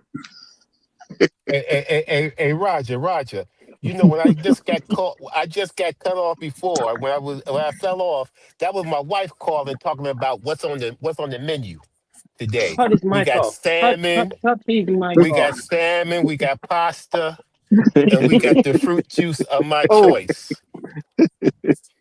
That's on the menu when I get home from work. Tell me. Sí The se puede. Sí se pineapple, baby, puede. pineapple. I'm sure that we got pineapple at home, so yeah, she can hook that up for her brother. Well, I'm gonna say Tell me that you're not married to a black woman that's telling me. Yeah. Now I'm gonna say real quick because we got a new guest that came up. I'm gonna let him get the mic. I mean, the fact that cooking is a thing that's talked about on the internet between black men and black women already shows how pathetic black women choose to be. Now I'm pretty sure just about everybody done heard that saying, the way to a man's heart is through his stomach. That became a saying for a reason. Okay. But to be in 2026 and people still saying something about women need to cook. I mean, if she don't cook, why you? There's literally no reason for her to have a home if you can't cook in it. Okay, what's the point of having a home if you won't cook? Because they say a woman's supposed to make a house a home. Okay, if you got a place with a woman and she's not cooking, what is the point of this? I don't even get it. Because real talk, if a woman told me she couldn't cook, she's gonna immediately learn how to cook. You know, I'm gonna say, don't worry about it. I know how to cook. I'm gonna tell you how to do it all. Yes, I'm going to tell her how to do it all because this should be a skill she already has. Truth be told, I really don't even want to talk to a woman who can't cook. If you can't do something that basic, I don't think you'll be a good person to have a relationship with. It doesn't even make sense to me that something like knowing how to make food when you need to eat every day, I don't get how those two things should even go together. If I need to eat every day, I should, at the bare minimum, I got to know how to cook. That's me. Okay. Because I don't want to be in the world where I need everybody else. I got to depend on everybody else for me to live. I don't, if I got to depend on everybody else for me to live, I'm messing up. So that don't even make sense to me. But let me go ahead and get the mic to Pastor real quick because he done came up. Pastor, you got it, my brother. Go ahead. What's up? What's up, Roger? How y'all doing? How the panel doing? Hey, doing great, brother. Doing great. Hope you're doing great too. I'm doing pretty good, man. I can't complain. Doing good. I personally don't believe in none of these therapies or any counseling. I don't believe in. I think it's all mind control for men because even if you look at marriage counseling, couples counseling, it's all directed at how do you become a better person for her rather than how y'all become how y'all become better people for each other. And it's just sad out here what they call therapy. This mess is not therapy, it's just manipulation of the mind of men. And when it come down to the cooking, these women are trying to be kitchen witches at this point. They in here casting spells on the food rather than just cooking a righteous meal, dog. Ain't nothing just basic pure concern for an issue. Therapy don't really care about your issue. Therapy care about how can they manipulate or gain off your issue. How many more sessions can they book? And it's almost like how bad can they make you feel or how much can they make you question yourself so they can keep signing you up for these sessions to eventually medicate you like you one of these bitches. I'm like, nah, dog, y'all ain't about to Kanye me and just and just medicate and further depress and put me down. Nah, I'm good. I go to the gym, I do mixed martial arts, I read a book, I take a long walk, but I don't need your services because your services are in vain. And I think all this therapy and all this counseling and all these women talking about you need to go to therapy, that they're saying it in vain. It's not a good heart behind none of it.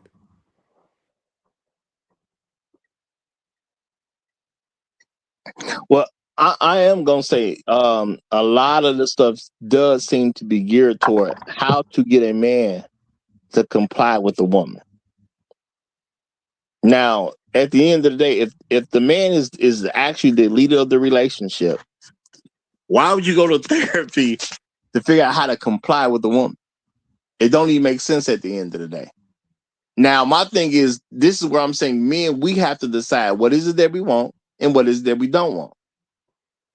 Do you want a woman that you're quote unquote equal to, or do you want to be the leader of your situation? Because if you want to be the leader of your situation, then you got to be okay with that on a regular basis. You know, the woman in that video, she made it probably very comfortable for a man to say, "No, I just want an equal partner."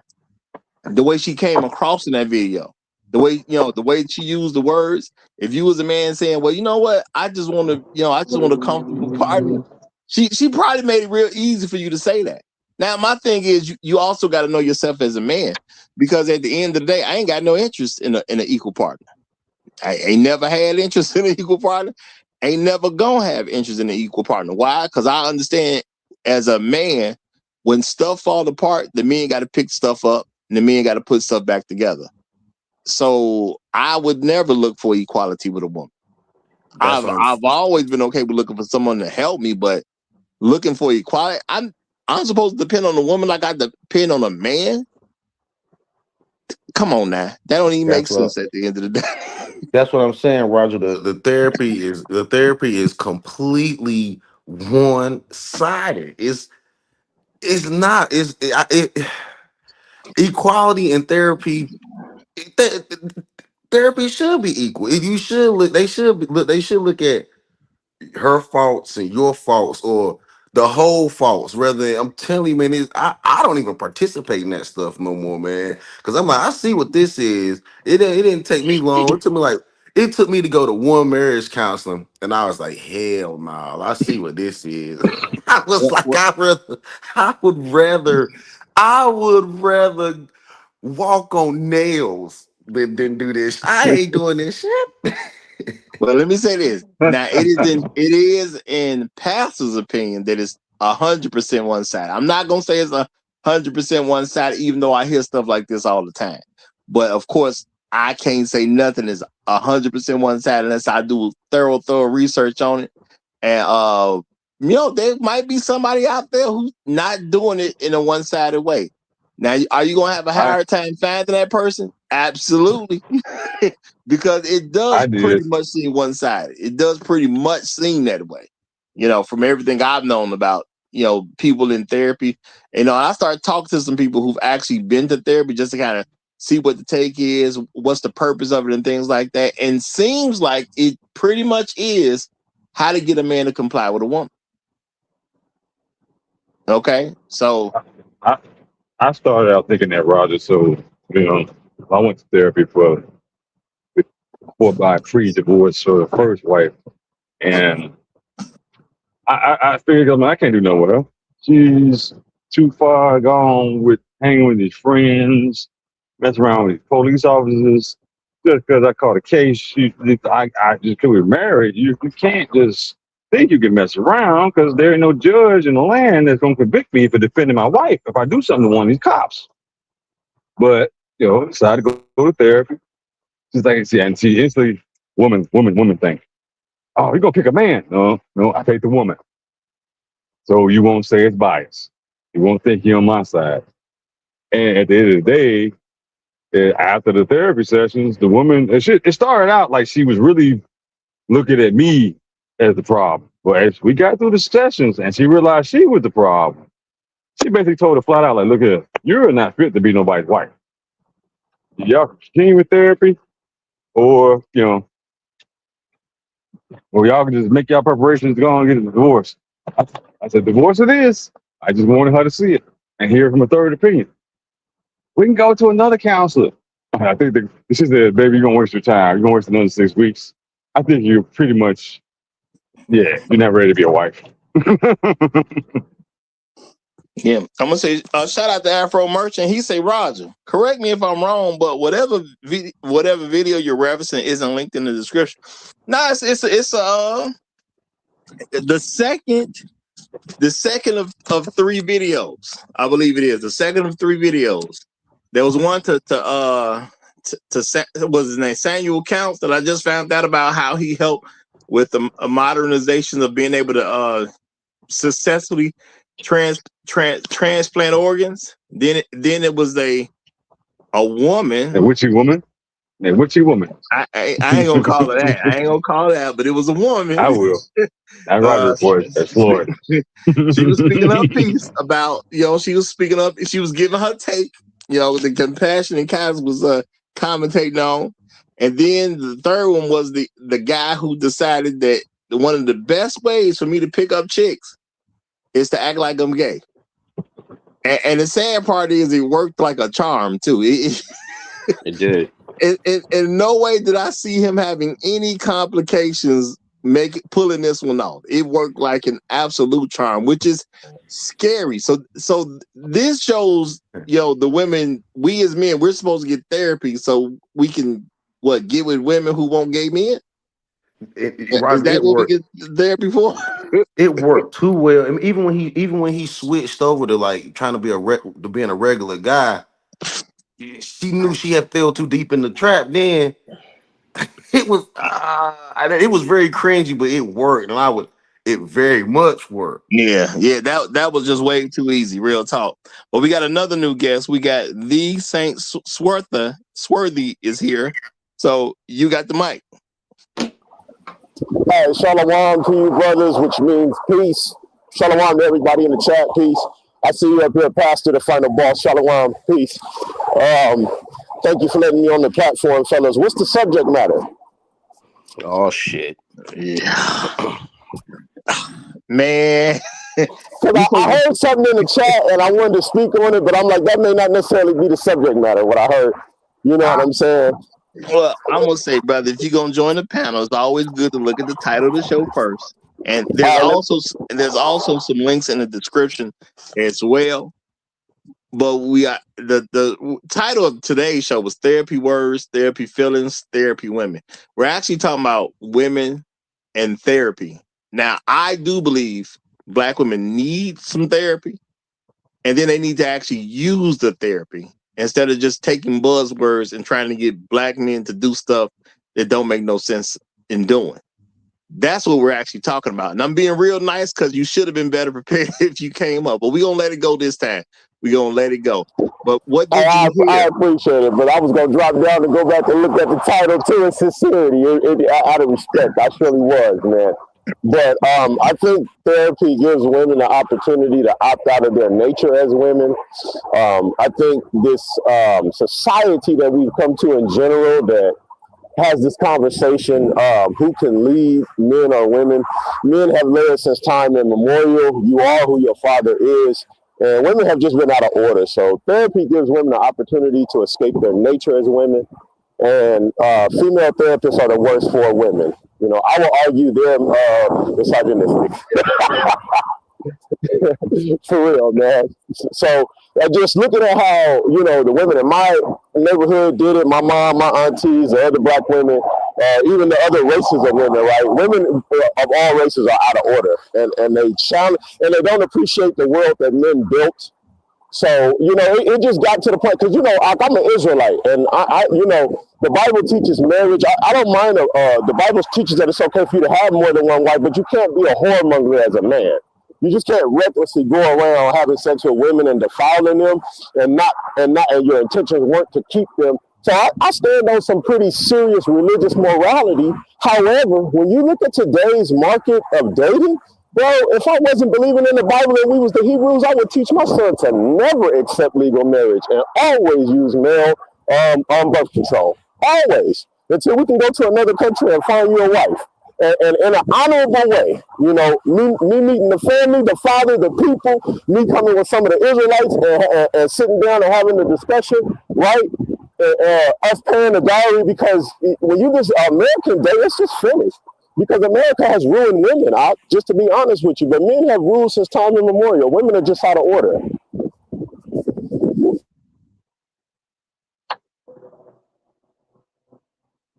That's a good, interesting take. Now, what I'm going to have you do for the integrity of the show, I'm going to ask you to step down and just check out. There's some links in the description. Just check out the links in the description so you can at least see the reference links.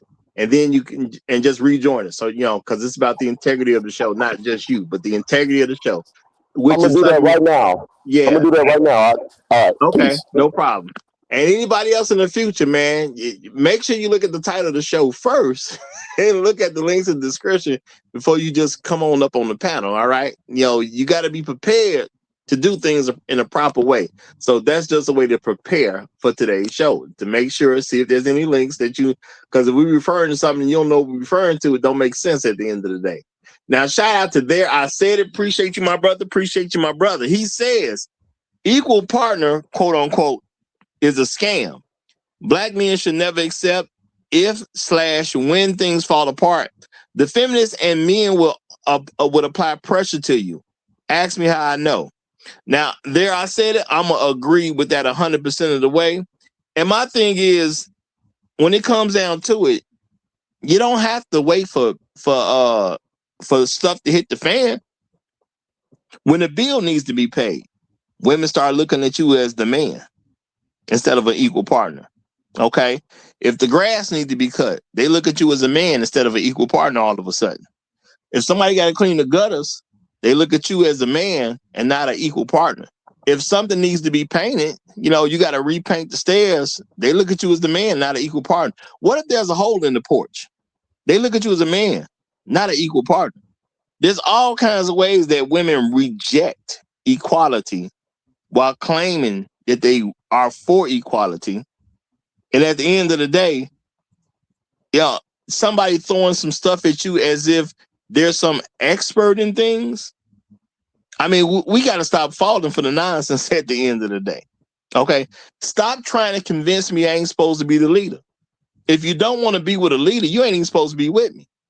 Because I'm never going to be an equal to a woman. That was God's decision. He made me a man. I ain't looking to be woman's equal. Okay. Now you could say even from that perspective that men and women are equal, and I will say okay, but man has a superior position. So no matter how you draw it, I can't afford to be equal to a man because that's not what I was called to be. If God didn't want me to be a man, He wouldn't have made me one.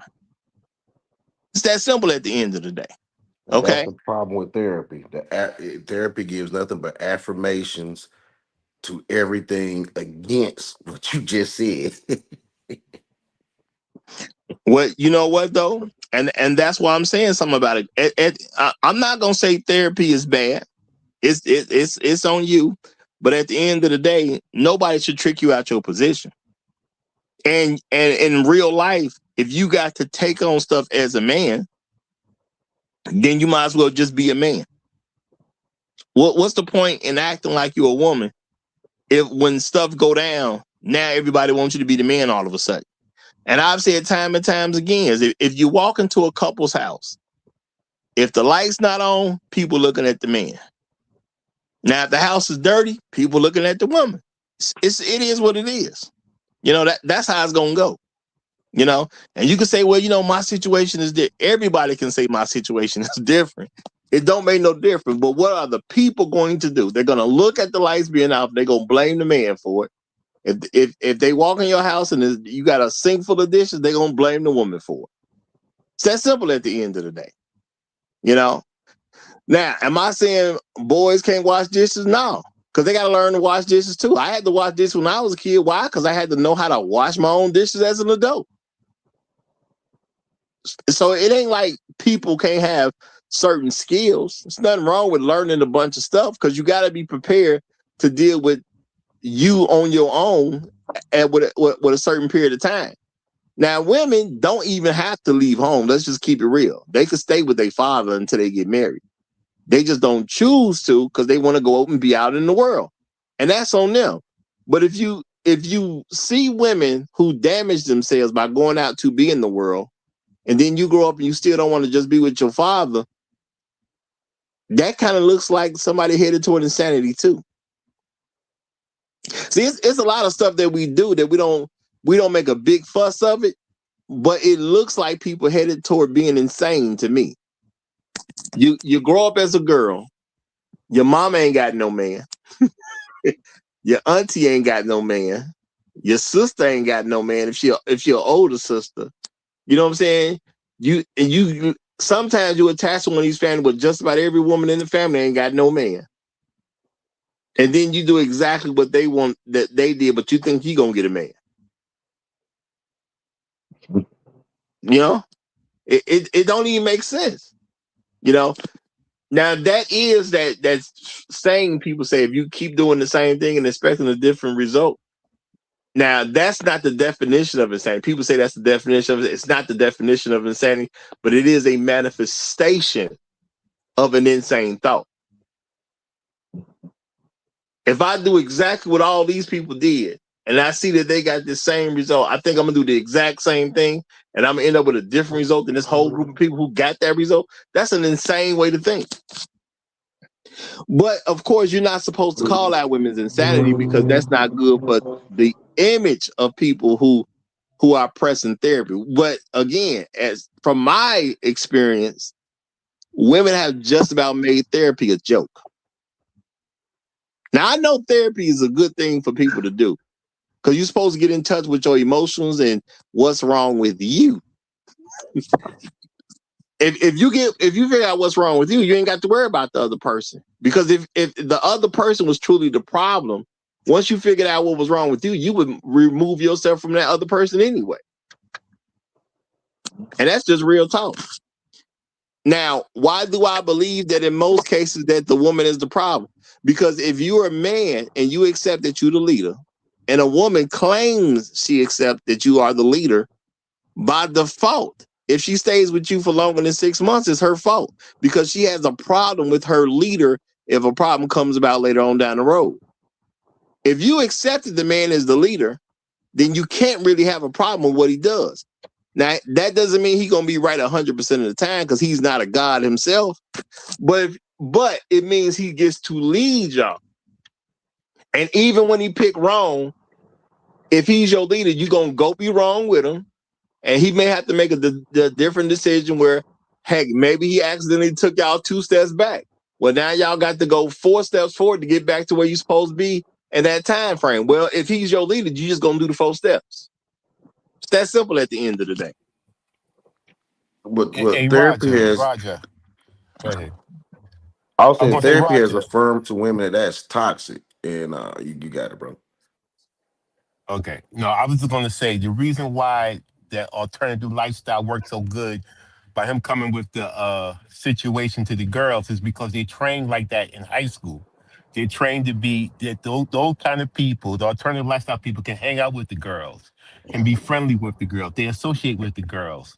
Single mothers don't say nothing about that because there's not a father saying, "Wait a minute, that's a little bit weird," different.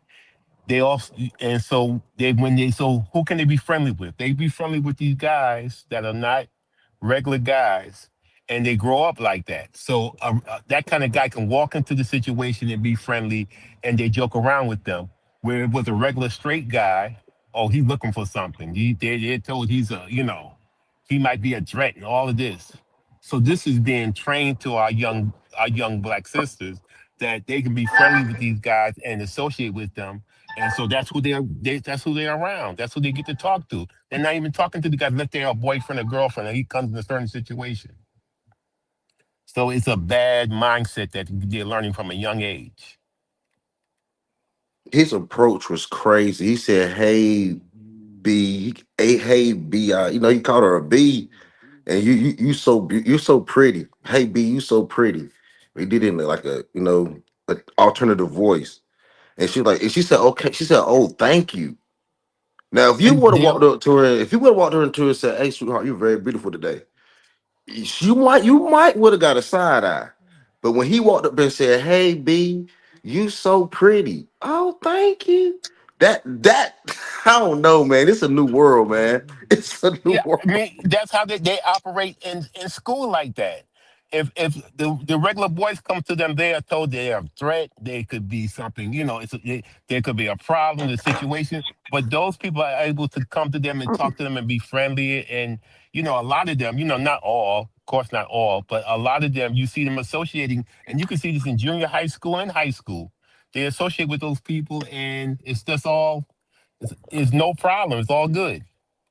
But what I'm saying is he's not being friendly. He said, "Hey B." That's not friendly, man. I don't care. That's not friendly. Nah, yo, Pastor, That's one how they time, talk. That's how girls talk to each other. They can call each other bees, and they yeah, consider that guy a girl, so they can call each other bee and hoes, and it's all good. It's all girlfriend thing.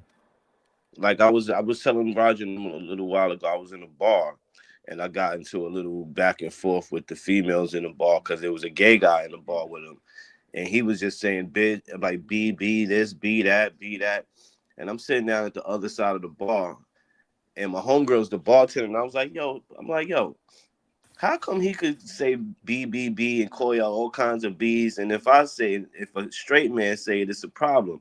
She's like, cause he's one of us. And I'm looking, I'm like, no, he's a whole man. Like, no, but he's one of us. So I said, well, if he smacked the hell out of one of y'all, is there a problem? Yeah, because he ain't, men ain't supposed to be hitting women. And I was like, yeah, this is just a conversation that I have to remove myself from. Once you realize something is just crazy, you're either gonna stay in it or you're gonna get the hell out. And I chose to get the hell out. Yeah, because crazy is as crazy does. Now, now I'm gonna say, no. When it comes down to it, you got to look at what they own. And in that clip, I believe it's the same attitude as Shark just described to happen in that bar. They saw that dude as one of them. They saw him as a girl. The sad part is he knew to act like a girl was gonna work. Well, some people may say, well, he was acting gay. But he knew if I could act gay, just would work. The man had no doubt that his strategy was going to work. The man had no doubt. There was no hesitation that you could see where even for a moment that strategy did not work. So my thing is, it's all about what your goals are. So, and shout out to Urban Reed. He says, Roger, so therapy works, but couples therapies doesn't? Serious question. I'm gonna say whether it's couples or individual therapy. What's the goals? Now I'm gonna say I think a lot of therapy doesn't work because I've seen it where nobody wanted to say what the goal of the therapy is supposed to be. Now, if you start off without saying what the goal is supposed to be, then I don't see how that's gonna work at all. Truth be told, because if I'm sitting there with a group of people and we about to discuss something to figure out what's going on, the first thing I want to know is, okay, what is the problem? Who has the problem with who? I want to know what direction we should even be talking about. What direction are we going in to do this type of therapy? I can't fix something unless you can tell me what the thing is that needs fixing. That's me. Some people think that's crazy talk, but that's how I am. Even if it's coming from a quote unquote emotional place. If you have a problem with me, you need to articulate your problem that you have so I can come up with a strategy to remove that problem. But if you can't tell me what the problem is, what therapy gonna do? That don't even make sense to me. So to me, it's about what is the goal that you have in mind. And that's why I say, as men, you got to make a decision what kind of man you're gonna be. Are you the leader or not? Because any woman, like the woman in this clip, the fact that she said what she said, I already know we don't jail because she don't want me to be a leader. She wants me to be a woman. I'm not going to be with a woman that wants me to be one. It's that simple at the end of the day. Now, y'all can listen on how she said that and not take it that way, but that's what I heard her say. She said, you need to be a woman so we can be okay. I don't care how fine you think she is. She ain't fine enough for me to be no woman. I ain't doing it. So my thing is, what's the actual goal of the therapy? Lay out what the goal is. Okay, I need to know what problem needs to be solved. And if we can't articulate that, then to me it's a waste of time. Roger, the goal is to turn you into Queen Latifah and set it off. That's what they turn you into a a masculine woman. That's what they want to turn you into, yo. That's the goal, to turn you into like UNITY, yo. That's their goal.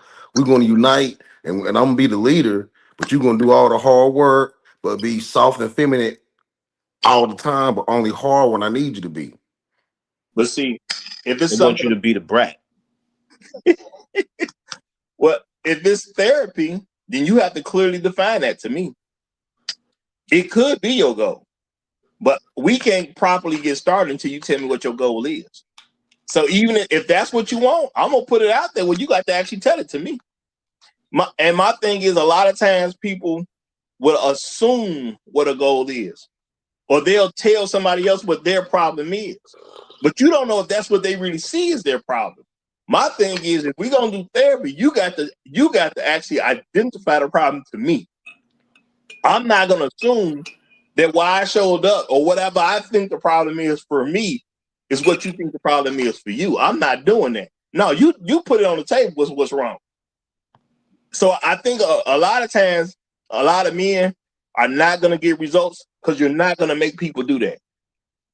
And to me, that's just part of being a good leader. If we finna sit and talk about this problem so we can actually get it fixed, then you gonna tell me what your problem is. What is your problem, or who do you have a problem with? And if you have a problem with somebody, what is the problem that you have with them? I need you to define terms so I can know how we're supposed to even approach this. If you cannot define what the problem is, in my world, you ain't got one.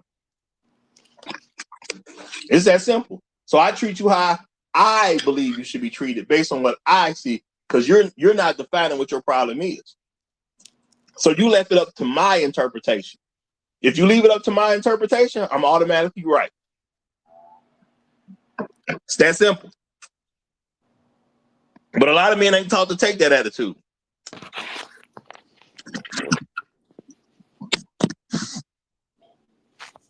Yeah, they taught to take a barbecue grill with no racks.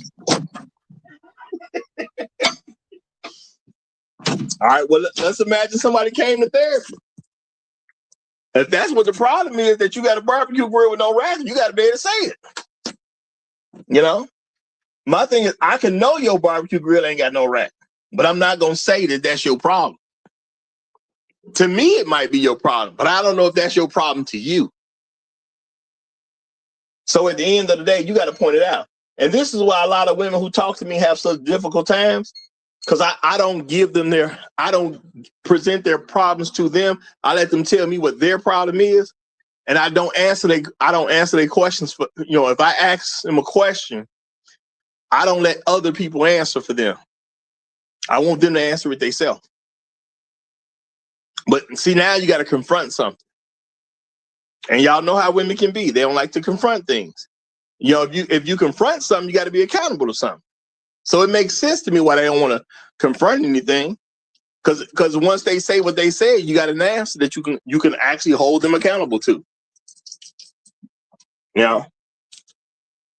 So I'm not going to say that therapy is bad, but are we using it in the proper way? Or is it just women trying to gather more new language or new terms so they can weaponize something against you? You got women talking about they in situationships nowadays. And a lot of men have accepted it. It's not an actual word. There are situations and there are relationships. If somebody's in a situationship, that means they don't have a relationship. So you just telling me about some dude you screwing. Well, who's screwing you, I should say. That's all it is. There's no relationship to it. It ain't your man. Now I understand why a woman don't want to say, I'm having sex with this dude that ain't my man, because guys will say, oh, she probably a hoe.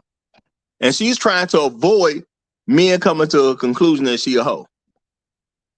What am I supposed to think if you're having sex with a man that ain't your man? What am I supposed to think? See, Roger, this is your toxic masculinity speaking right now. You got to explain that to me. I don't understand what that is. Nah, you think you're a little too.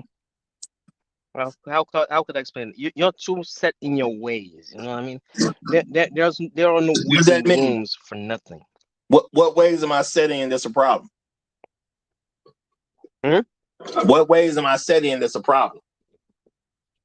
You don't want to compromise with them queens. I don't come from a what? You don't want to compromise. Sometimes you gotta make a good compromise. What am I saying? Something that suggests I don't want to compromise?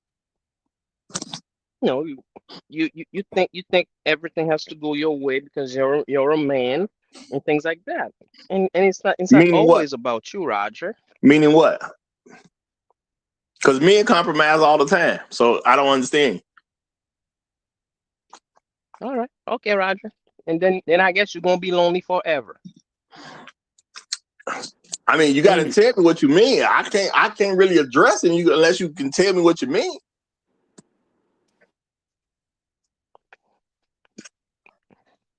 That's interesting, man. That's interesting, man. Be lonely or be miserable. That's interesting. You keep going. Y'all keep going. That's I'm just listening. Keep going. No, he's just saying things up from a woman's perspective, but at the end of the day, that's where it's gonna stop because a woman doesn't have an answer. When women don't have an answer, they say nonsense.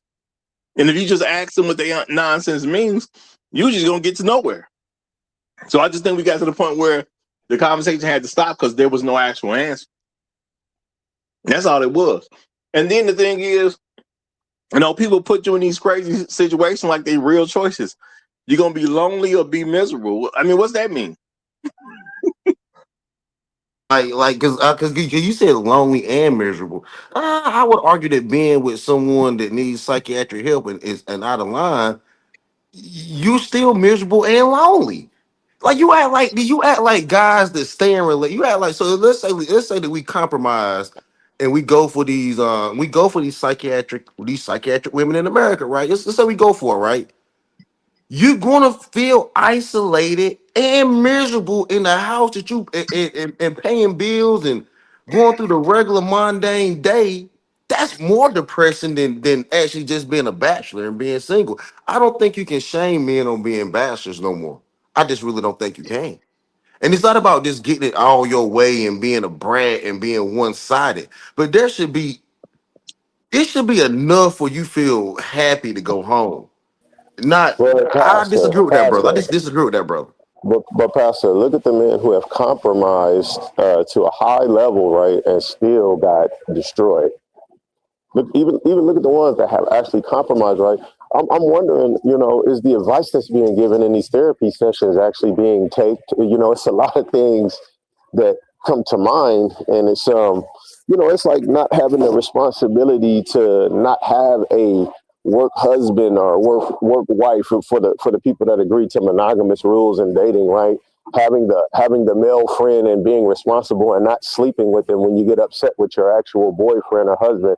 Even when I look at it from their perspective and measure of morality, it still lacks integrity in what it's produced as fruit, So I wonder, are you even taking a therapist serious? Are you taking the session seriously? Are you just using it as an excuse to continue to, bullshit, to continue to procrastinate? It has gotten to a really ugly point, man. Like I said, man, a lot of this stuff I didn't know growing up. I thought it was normal for the way my dad and my uncles and the men that I saw in my neighborhood. I thought it was like natural for us to be like that. And when I found out that it really wasn't, and that a lot of stuff was wrong, the not teaching the younger women to keep their virginity for the men that they take as husbands, because you're an older woman who doesn't have a husband. So because you're supposed to have a husband right now, you're competing for the man that the younger woman is supposed to be competing for.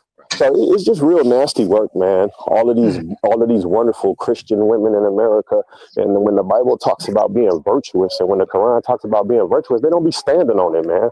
They be the whole opposite of that. So it's the hypocrisy for me too, man, that I've witnessed through the course of my life. And I love the so-called black woman. I'm an Israelite. I teach she's the chosen woman of the Most High God, but loving her don't mean you tell her everything that makes her feel good. You still got to tell her the truth.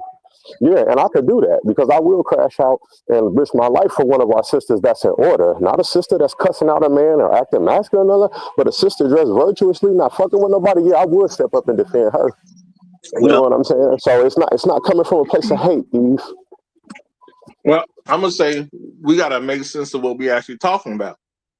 Because you just made a mistake a lot of men make. You say something negative about a woman, you say she's acting masculine. That's not how men act. Men are not that aggressive. We're aggressive when it's necessary. Why am I saying this? Because men only get aggressive when they need to protect somebody or they think something has to be changed, and the only way for them to create the change is to be aggressive. Men are not really aggressive. Most of the time, we happy-go-lucky. Men don't go outside looking for fights. If a fight show up, we'll fight, but we don't go out looking for problems. So I think a lot of people, we see stuff in a weird way sometimes. And what's compromise? Men compromise all the time. You're building something. You compromise on what we're going to do. How we going to get these materials? How we going to pay for this? How we going to get this done? Where can we, how we going to get this license to do this? We compromise. We create a business together with somebody. You compromise like that. You compromise with your wife all the time. Now, at the end of the day, it's about what you're going to compromise about. And just what, even when he was doing this exercise, speaking as a woman, you know, he said, you're not compromising. See, I need to understand what you mean. What am I not compromising about? Because I compromise all the time. I'm not too much worried about what you're going to make for dinner. I just want to come home and eat. You know what I'm saying? I'm going to give you a few basic foods that I do not eat that should not come across my dinner plate. Now, I compromise with you. You can even make that stuff for yourself and the kids. Just because I don't eat it don't mean you can't make it. That's compromise. Me and compromise all the time. The thing is, we don't get respect for it because we don't necessarily demand it the way we should. And then we just let things go in a certain way. And then when you let things go, usually it doesn't go to your favor. That's how it is when you're just too relaxed about life. You got to make demands at some particular point in time. But all this therapy talk is just to convince black men not to be leaders. That's, you know, I ain't gonna say all of it, but the vast majority of what I hear is trying to convince a black man not to be a leader. Well, you shouldn't be this way because you got to take her feelings into account. Every decision I make takes her feelings into account. But there are sometimes I got to make a decision. Her feelings don't make no difference. That's the real world. You know, if I need the car fixed and I got to put $600 into getting the car fixed, who cares how she feels about it? The car got to get fixed and it's going to cost $600. What difference does it make how she feel? None. So, you know, a lot of times they're trying to convince us to do something that don't even make sense. It's not going to benefit me. It ain't going to benefit her. It ain't benefiting the children. So why am I paying attention to it? But that's why I say, if you're going to use therapy, you got to first identify what your goal is going to be. Why am I going? Because let's keep it real. Some guys just go to therapy just to get the woman to shut up. That's funny as hell. Let's be real about it. You know? But that don't work because then she end up, that's just something else for her to bring up. In theory, in your mind, it works. I'm going to go to therapy. She's going to shut up. She can't use that against me. But yet she will. I mean, when you get Not that, all. When you get there, though, you do have to establish what's the purpose in going. You know, and if I'm going to pay for therapy sessions, especially if I'm paying, and now if they free some kind of way, that's different. But if I got to put my own money on it, we're going to get something done. So when I get there, we're going to have to establish, why are we coming? What are we trying to figure out? What are we trying to beat? What are the goals of it? If you don't get a true aspiration, excuse me, if you don't put this out so everybody know why we here, then you can't trip when it don't work. Roger, that's why I want them 6 free ones. After them free ones is over with, and who's paying for this? It isn't gonna work. She told us what the deal is. You're not ready to be a wife? Well, I pay for anything else. I'm out. But to me, that makes sense. And see, I think one of the biggest problems is, and it never came off as sincere, the whole therapy thing. But I think one of the biggest problems is teaching that we got to stop teaching that being independent is okay, because it's not real. I mean, humans are not independent. To be self-sufficient is just fine, but when you get to the point where you want to wear being independent on your sleeve, like you're disqualified. If I could sum it all up, fellas, you know, it's a disqualification, because it just gave women an entitlement that ruined their relationship with men and the trust with men. And that's why we move the way we move right now. So it gets to the point where, you know, okay, cool, you want to be self-sufficient and have a business and be an entrepreneur, cool, but you still don't cross and disrespect the nature of you being a woman and your vibration and what it's supposed to be towards the man. Like you don't have to be in the kitchen all day, but even when you get the opportunity to go do these things, you still do it in a way that's disrespectful to the man. So you know, it's like, what are you supposed to teach your son going forward into the next generation of him looking for a wife? What are you supposed to teach your daughter so that she's not out here without a goddamn husband, right? What do you have to sit down and really tell your kids about dating? What the thing is, we got to pay attention to what we're being told. A lot of women have told me they're independent. The moment you tell me you're independent, I just cut you off. You know what I'm saying? Now, there's a friend that I went to school with, and she called herself independent, but because I actually like her and I went to school with her, and I think she cool people. I asked her, I said, I heard you say you're an independent woman. She said, yeah, I am. I said, what's the first requirement to being independent? And she gave me some nonsensical answers. I mean, based on what she was thinking, I ain't gonna say it was nonsensical, but based on what she was thinking, she gave me some answers, okay? Now, what did I say to her after she gave me those answers? I said, the first requirement of being independent is being alone. So any woman who says she independent, we supposed to leave them alone. She already told us what she on. Question is, did you listen? You know, there's a lot of men that try to be with independent women, or independent women, and I don't think it's the women's fault. You know, well, a lot of times your nature as a man, if she's a unbelievably attractive woman and gorgeous, right, you'll even look past her saying that and still be with her, because we know that, certain physical characteristics and traits take over in selection, where people even compromise for people who are genetically gifted, with great beauty and a wonderful, you know what I'm saying? The sisters that's just unbelievably fine, right? Oftentimes the mistake of compromising your position of leadership as a man is allowing her to run all over you just to be with her because she's that beautiful and to sleep with her. So as men, that was a mistake, and that's a discipline that I think we have to have, certainly going forward, and teaching our sons as well. Not getting caught up all the time in how beautiful a woman is, but really seeing if her character is about virtue, if she's about being trustworthy, if she's not going to embarrass you. Well, I'm going to say, if she tell you she independent, why are you even checking for who she is? Right. That's a wrap. She already told you I require being alone. Right. And that's a death trap for me or any man. Well, my thing is, it's not even about the man or the woman at that point. She just said she's independent. I have no reason to be bothered with her at that point.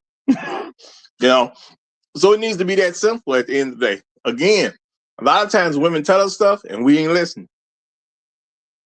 We think we are sometimes, but sometimes we not. So every man that has an independent woman, you wasn't listening. And the thing is, you may say she don't really believe that. Hey, bro, she told it to me, she told it to me. And women pick a lot of different words deliberately. That's why they're always making up these new terms and these new words, such as situationship, which is just some woman having sex with some man that ain't claimed. But she don't want to sound like no hoe, so she called it a situationship. And then you think she mistakenly said independent? That wasn't no mistake either. Now, shout out to Gregory Scotland. Appreciate you, my brother. He said, Roger, a therapist in our space has mentioned that many times wives come with their husbands to therapy, and it turns out,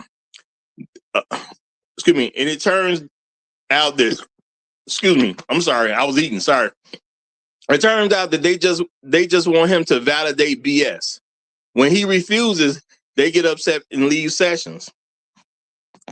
I mean, that's been happening on a regular basis. A lot of therapists have already acknowledged that once you get to the point of accountability with a woman, she becomes problematic in therapy sessions, or she's just stopped coming. So I'm just gonna say that based on what you're saying, that sounds like more of the same thing. Rodney, it's an hour session. They spend 45 minutes complaining about you, 5 minutes talking about her, 5 minutes of her crocodile tears, and getting her out the door and setting up the next session. That's how the hour is broke down real simple. They're gonna talk about her for 5 minutes. She's gonna cry for 5 minutes. Then they got to get you out the door and play the next section, the next session. So She gonna it's cry broken for down. 5 minutes. The hour is broken down. Really, it's really simple.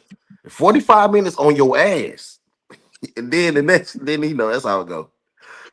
Well, that's why I say if you're gonna go through having a therapy session, the first thing you need to establish is why are we here? What problem do you have, or what problem do you have with me? If you cannot tell me the problem you have with me, I don't need to waste my time trying to figure out how to fix a problem that you don't have. See, a lot of us we try to fix these problems that cannot be identified. I don't do that. If you want me to fix it, you got to tell it to me. If you won't tell it to me, you good with it. And I'm gonna say shout out to No Placeholder. He says she just wants to be independent of you, man. Well, you know what? No Placeholder. Any woman who says that could just mean that particular individual man. But once you use that language, there's no reason for you to care. You're just supposed to go away. That's all it is. But a lot of men haven't been taught that because at the end of the day, we've been taught by our mamas. She said independence. The requirement for independence is to be alone. That's a requirement. You cannot be independent and not be alone at the same time. So once you tell me independent, I'm gone. You ain't got to worry about me no more. And I bet you I'm not going to put you in a position where you got to tell me twice.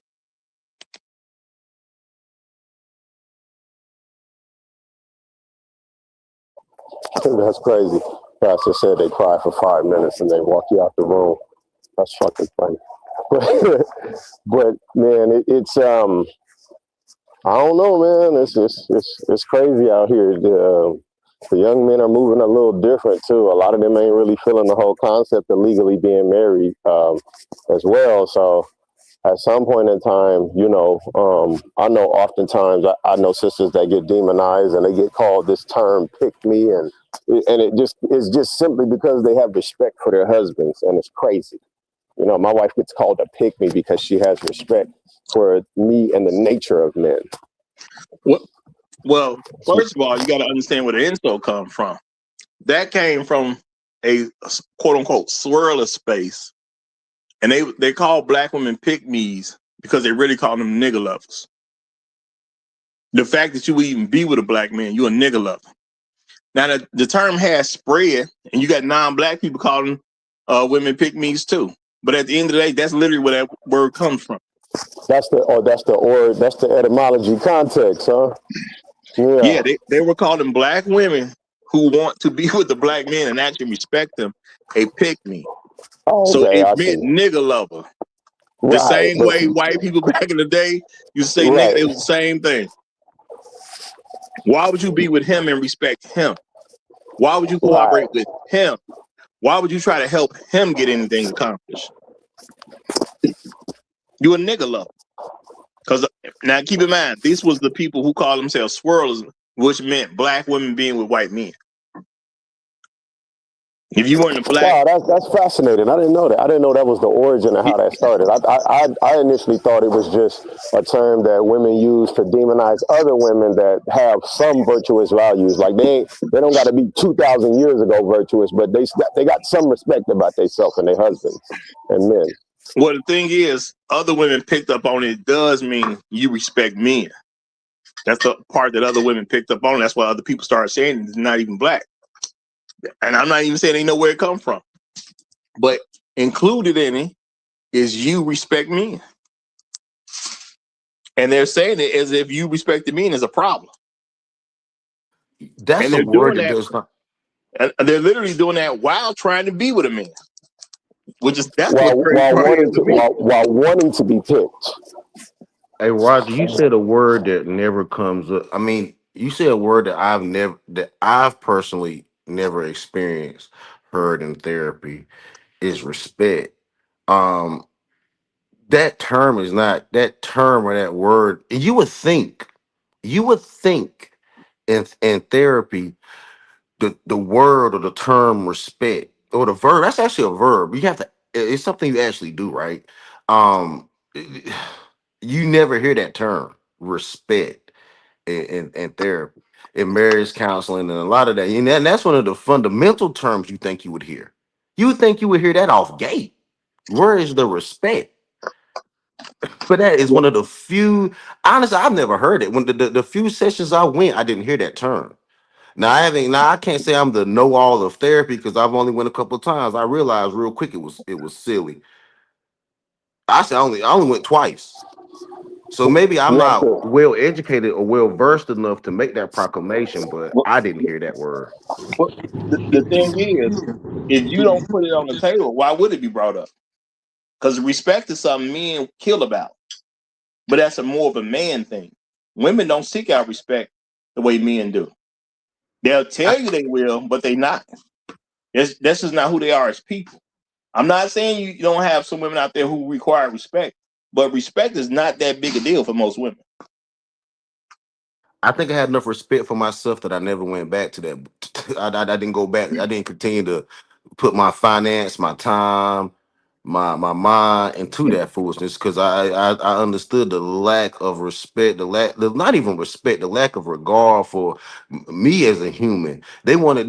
Therapy is more like trying to get men to act like robots, and to a certain extent, they're trying to get women to act like robots too. That's the act on your robotic feeling, or just the act on your robotic. This is what you're supposed to do as a man, and it's all just to make this society go the way that they can make money. It's really therapy has turned into a corporate institution.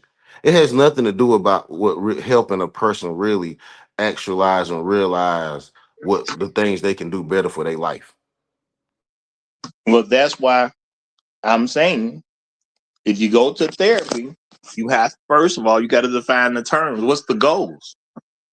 Because what's the point in going to therapy if there's no goal of what the therapy is supposed to produce? And one of the reasons you need to have goals is because at the end of the day, what we working for? Everybody can work, but what are you working for? That's the question. And it actually leads to why a lot of people are unhappy with their lives because they don't work for certain goals. Now, shout out to Lanny. He said, what was the gender and ethnicity of his therapist? Well, that's a question for you, Pastor. What's the gender and ethnicity of your therapist? It was a black man down here in Texas, and I was surprised like at his simpish behavior. But I ain't mad at the brother though, man. I ain't mad at him. Them 2 sessions, I ain't mad. I gave him 2 sessions because I wanted to believe in the brother. But nah, man. I understand that he came with his I understand we learned a doctrine. We learned a industry. I understood that he was one of those industry cats. You ain't a real brother. So I gave him two chances, and nah, it just wasn't what it was. Matter of fact, I think that was used against me.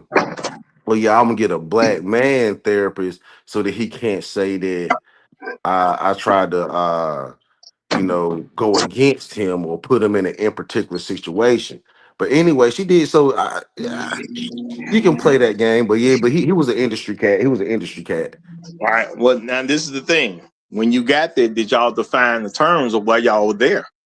Did y'all set what the goals were? Yeah, the terms and everything was defined and why we was there. Um, No. I'm like, saying when you go there, you're supposed to be going there to solve a problem. mm-hmm. Did y'all define what problem y'all went there for? Did you and her Yeah, figure out why y'all were going to go there? What's the problem that we're trying to solve? yeah. That And was when you, that was defined. That was defined. However, when the therapy or the industry kicked in, what we defined got lost in the sauce, or got lost in the 45 of them, the 45 minutes of them demonizing me, and then the 5 minutes of talking about her, and the 5 minutes of crying. And that's what I'm saying. So that's how that went. And so nothing got actually solved, even though hold we on, had a real quick. goal. I'm trying to Hmm. make sure we're on the same page. Hmm. Before you and her went, did you already define why y'all were going? Yeah, me and her, she explained to me her grievances, and I told her what I was thinking too. Yeah. All So right. And when y'all and got why we need to go there. Yeah. Oh, so now when y'all got there, did y'all explain to the therapist what your grievances were and why y'all were going? Yes. And did the therapist do things in a way to help those things out that y'all define? No. Well, see, and that's what the problem is. And that's why it's supposed to always be defined, especially if you're paying for money. Because it's like going to a car shop and you ain't told them what's wrong with the car, but they go fix something, you know. And you can, well, and they can say, well, this something eventually needed to be fixed. You know, we still want to get paid for it, but why'd you go? You know. Now, if you go in there to get some oil now because your engine about to lock up, and they rotate your tires, did they do something wrong by rotating your tires? You know. I mean, nah. I mean, I can't say the brother did a bad job. I mean, I'm not gonna sit here and demonize the brother and say he did a bad job. It's just the thing about it, like it get to a point, Roger, where like honestly, I ain't even blaming that brother. It get to the point where the fact, well, I'm just not doing this, dog. Like I'm just not gonna do it. You call me lazy, call me a bad person, a bad man. I'm just not going. I got to. I don't want to do this. Like this is not. This ain't what I want to do, man. I'm done, yo. I can do the best I can as a father, but as far as being a husband, I ain't. This right here ain't. I'm not wanting to be a husband in this situation, yo. I can be a father to my child. But I ain't trying to be a husband to you, yo. So like this is. I'm out, yo. And to death do us part. Maybe I failed God, man. Maybe I failed Jesus, man. Maybe I failed God, man. I didn't go to death to us do us part and push harder than I should have.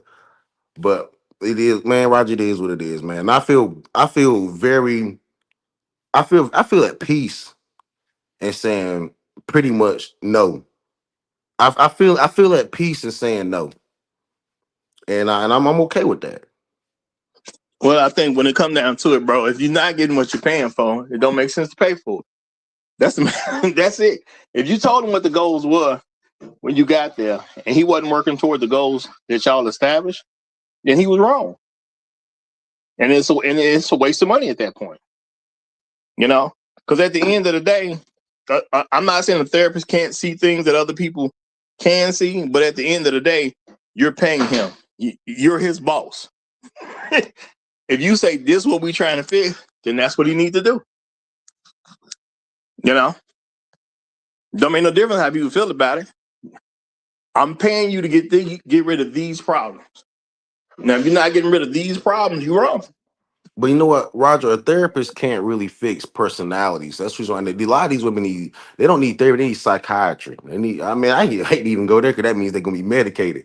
But uh, it's hard to it's hard for therapy to fix a personality. And that's what I think the problem with therapy is. Like no matter how much therapy we went to, no matter how much marriage counseling we went to, it won't gonna fix my personality. It won't gonna fix who I am and how I move and what I plan, how I plan on moving. It won't gonna fix it. And I don't think it was gonna fix I don't think it was gonna fix her either. Well, I really well, don't I think mean, so. if the issue is personality, that's a whole different spectrum. But again, that needs to be on the table before you get there. Whatever you think needs to be fixed needs to be on the table. So when it's getting addressed or when it's time to address it, everybody needs to know why they're there. But y'all, we got Landon from the chat here. I believe Hey, this is Landon first time coming up. So welcome, Landon. Welcome. how you guys how you guys doing? How you guys doing? I'm gonna just take me just a small little break from work just to talk about today's subject. Today, you guys are getting into therapy in the therapy industry in America, and for the most part, we have to ask ourselves the question: what is therapy for? It's to produce a psychological healthy norm for the environment in which you live in, which is United States of America. And we had to ask ourselves, when has the American benefit of ideal or the American ideal of been the same as the ideal or the benefit of Black people or Black men in particular? When has this ever been the same? So if they're pushing the idea for the betterment of America and America's ideals, how could it be beneficial for you as a black person, considering they've had a history of kind of suppressing you, pushing you to the side, replacing you with other immigrant groups, and ultimately castrating black men? Why would somebody pushing that ideal ever be beneficial to you as a black person or a black man? That's all. That's all I really want to say.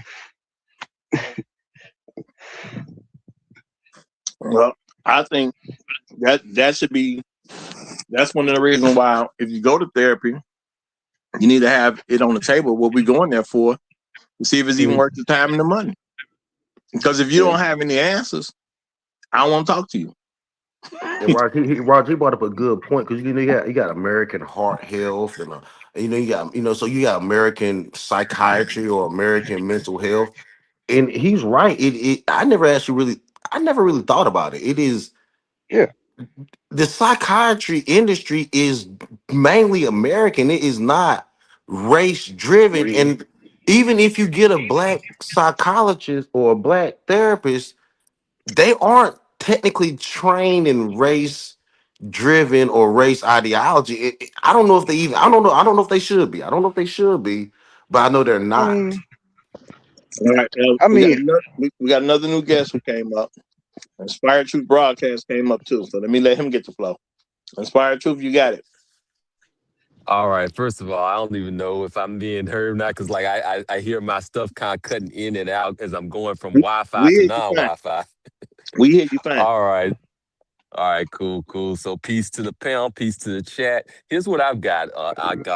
Guess I kind of drop it down. It's the same as what was being said earlier. Is that all these things exist within broader superstructures? Like you're dealing with therapy, but you're dealing with therapy within the paradigm that we have here in the United States. You're dealing with it from a capitalist perspective. It's all about like, okay, how can we get you in here for some more some more therapy, some more money being spent? It's kind of like a cash grab still. It's still kind of centering around basically that framing of how do we pander to the women? It's really just coming back down to that. And then you have belief systems that are permeating both the academic space and the psychology space. And that results in the outcomes that we're getting that don't necessarily produce the possible.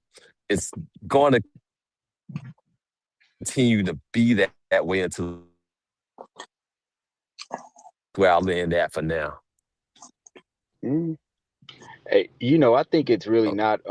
can you hear me? We Oh shoot, can't I dropped have a. again, didn't I? Now we hear you. Mm, no, we can hear you. You said you was done. Oh Yes. yeah, okay. Yeah. Because I couldn't hear Hey, y'all. It's just the Wi-Fi stuff.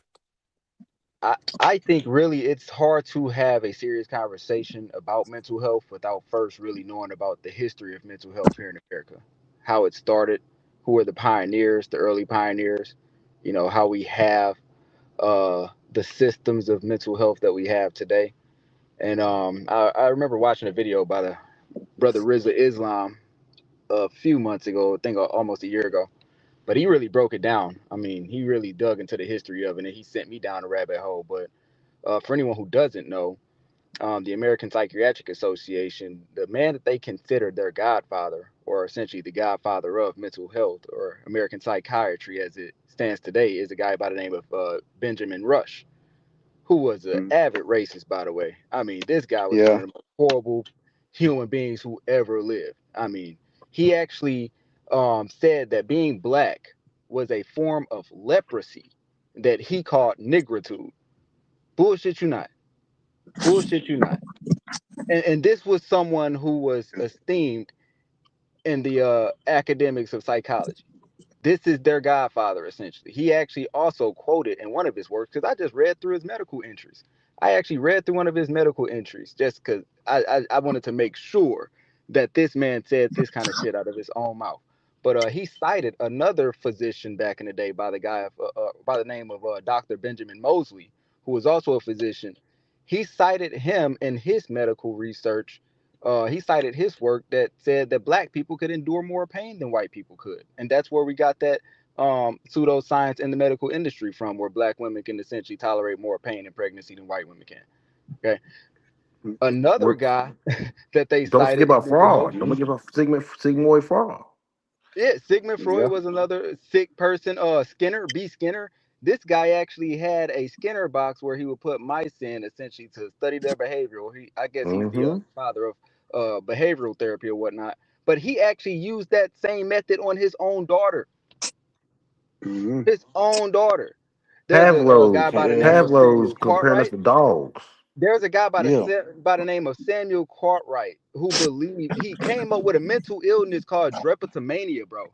And what this is a slave wanting to be free from his master. This man diagnosed that, he called it drapetomania. That what is wrong with black people who do not want to be enslaved. Yeah. So Yeah. Well, this is They the basically. history of mental health in and of itself. So Yeah. without understanding the history of mental health, we cannot have a serious conversation with anyone when it comes to this topic right here. If they And, don't know and the Duke nah, history and, of it. and Duke and Duke I'm University questioning our brain well, sizes and our skull shapes, which Mm. well, fundamentally went into behavior, psychology. They always say that black people had a lower realm for anger, all that stuff. I'm gonna say you can have a serious conversation about it. I believe you can. The Hmm. thing is, what's a serious conversation? Because I think we didn't had a Hmm. very serious conversation today about this. But when it comes down Hmm. to it, what did I say your goals have to be when you go to therapy? You got to understand why you're going in the first place. And then the Yeah. person you're talking to, you got to actually tell them why you came. And they got to accept that they can actually help you with the reason you came. If they Yeah. can't help you, why are you there? Yeah. So that means that black men probably, I mean, I'm gonna say probably, I'm not gonna say not, probably should not go to these therapies because a lot of these universities that teach these therapies have a very dark history. Like, even if you look at Pavlov's law, and we Yeah. learned that even in the Yeah. medical industry, they refer to Well, people as dogs and ringing hold on. bells and Yeah. Hold Hmm. on. Yeah, I Hold remember on. that. I'm going to say this. yeah. The surprising part to me is that some niggas, okay, looked up some stuff and they shocked they saw some racism in it. That's Yeah. what's surprising to me. Y'all, Yeah. they call us niggas all the time, y'all. They see you as a nigga. Why would you do some research and be surprised they looked at you as the nigga they call you till to this day? Because we're talking about American psychiatry, Roger. We're talking Yeah, about you're not Yeah. mental gonna be. well. We're You're talking about not. mental wellness. Yeah. But Racism was the order of the day. So anything you have to go back in history for probably has racism yeah. attached. That's what I'm Yeah. saying. I Even understand that, but if beyond we're the talking scope about of just if we're talking about racism mental though, even wellness, beyond the that scope shouldn't of be the just practice. I mean, you really have to look at the history of this country. Racism is the painting on the wall. It's the foundation that everything is kind of built on top of. So it's going to be in the food, it's going to be in the medical industry, and it's going to be in the psychology industry.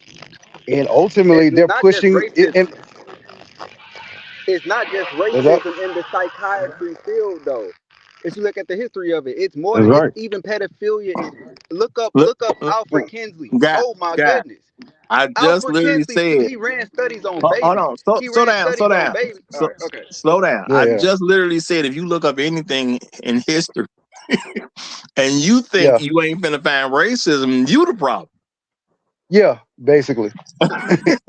Okay. Basically. Yeah, you don't know what's going on in this country. You think you're gonna look something up and not find racism in history? I mean, what's wrong with you that you don't expect it to be there? That's what I'm saying. All right, shout out to Turkish Tyrone. He says, brothers, therapy equal another tool to dominate you. Stay strong. Facts. Facts. And again, Facts. that's why I say if you're gonna deal with therapy, the Exactly. first thing you got to do is figure out why you're showing up there in the Because first. Some of the Tell strongest men have been destroyed by what, therapy and have been what, turned into shells of themselves. but this is yeah. the thing. If you want therapy to work, you must go there, understanding why you Hmm. came. You got to put that at the feet of the therapist, and the therapist has to acknowledge that they can actually help you with that problem. Yeah. If you do Roger. anything beyond that, I don't even know Yeah. why you're going. So and that's my issue, Roger, because you can go there with a plan. They have a mandate, right? Or they have Yeah. a they have a mandate on the American psychological man they need to turn out for the betterment of this Well, country. I'm not And gonna that argue is that at not all. technically your plan. I'm not gonna Yeah. argue that. But who's paying Yeah. for it? Yeah. You are, You feel- and the problem is you want to be that American Hold on, man. Pass. If I'm paying for it, whose mandate do I care Mhm. about? Mine or theirs? You care There it about is. yours, but this is the tricky part, Roger. You actually, I think men technically want to be that guy. I just don't think therapy is going to Mhm. actually No, get no. them there. My, Because but I think that's why they keep spending the money. I mean, my I point mean, is, if I tell you what the mandate is, because I'm dictating something because exactly. I'm paying, and you Exactly. tell me you can't get me to this place, then I don't need to pay you. We need to just leave. It's that simple at Mhm. the end of the day. I can't blame them for doing something different when you accepted them telling you they was going to do something different. That's why I'm saying the Mhm. very first thing you got to do is establish why you came. You give your stuff Mhm. to the therapist of why you're there. Mhm. If the therapist can't work with why you're there, it's time to get up and go. Yeah. But yeah. Ultimately, what you're saying, Roger, is you got to go in the door and kind of define your own direction you're going in. Otherwise, it's going to switch to the same racist mind controlling program to turn you out. So you got to define it from the beginning and make it work for you ultimately. So You you got have to to be pay your the own cost. therapist, pretty You, much. You you have to got be to pay. your own therapist. I What mean, I'm saying is, that's what I'm saying is, you got to pay the cost to be the boss. So you go in there, you pay, so you the boss because you the one paying.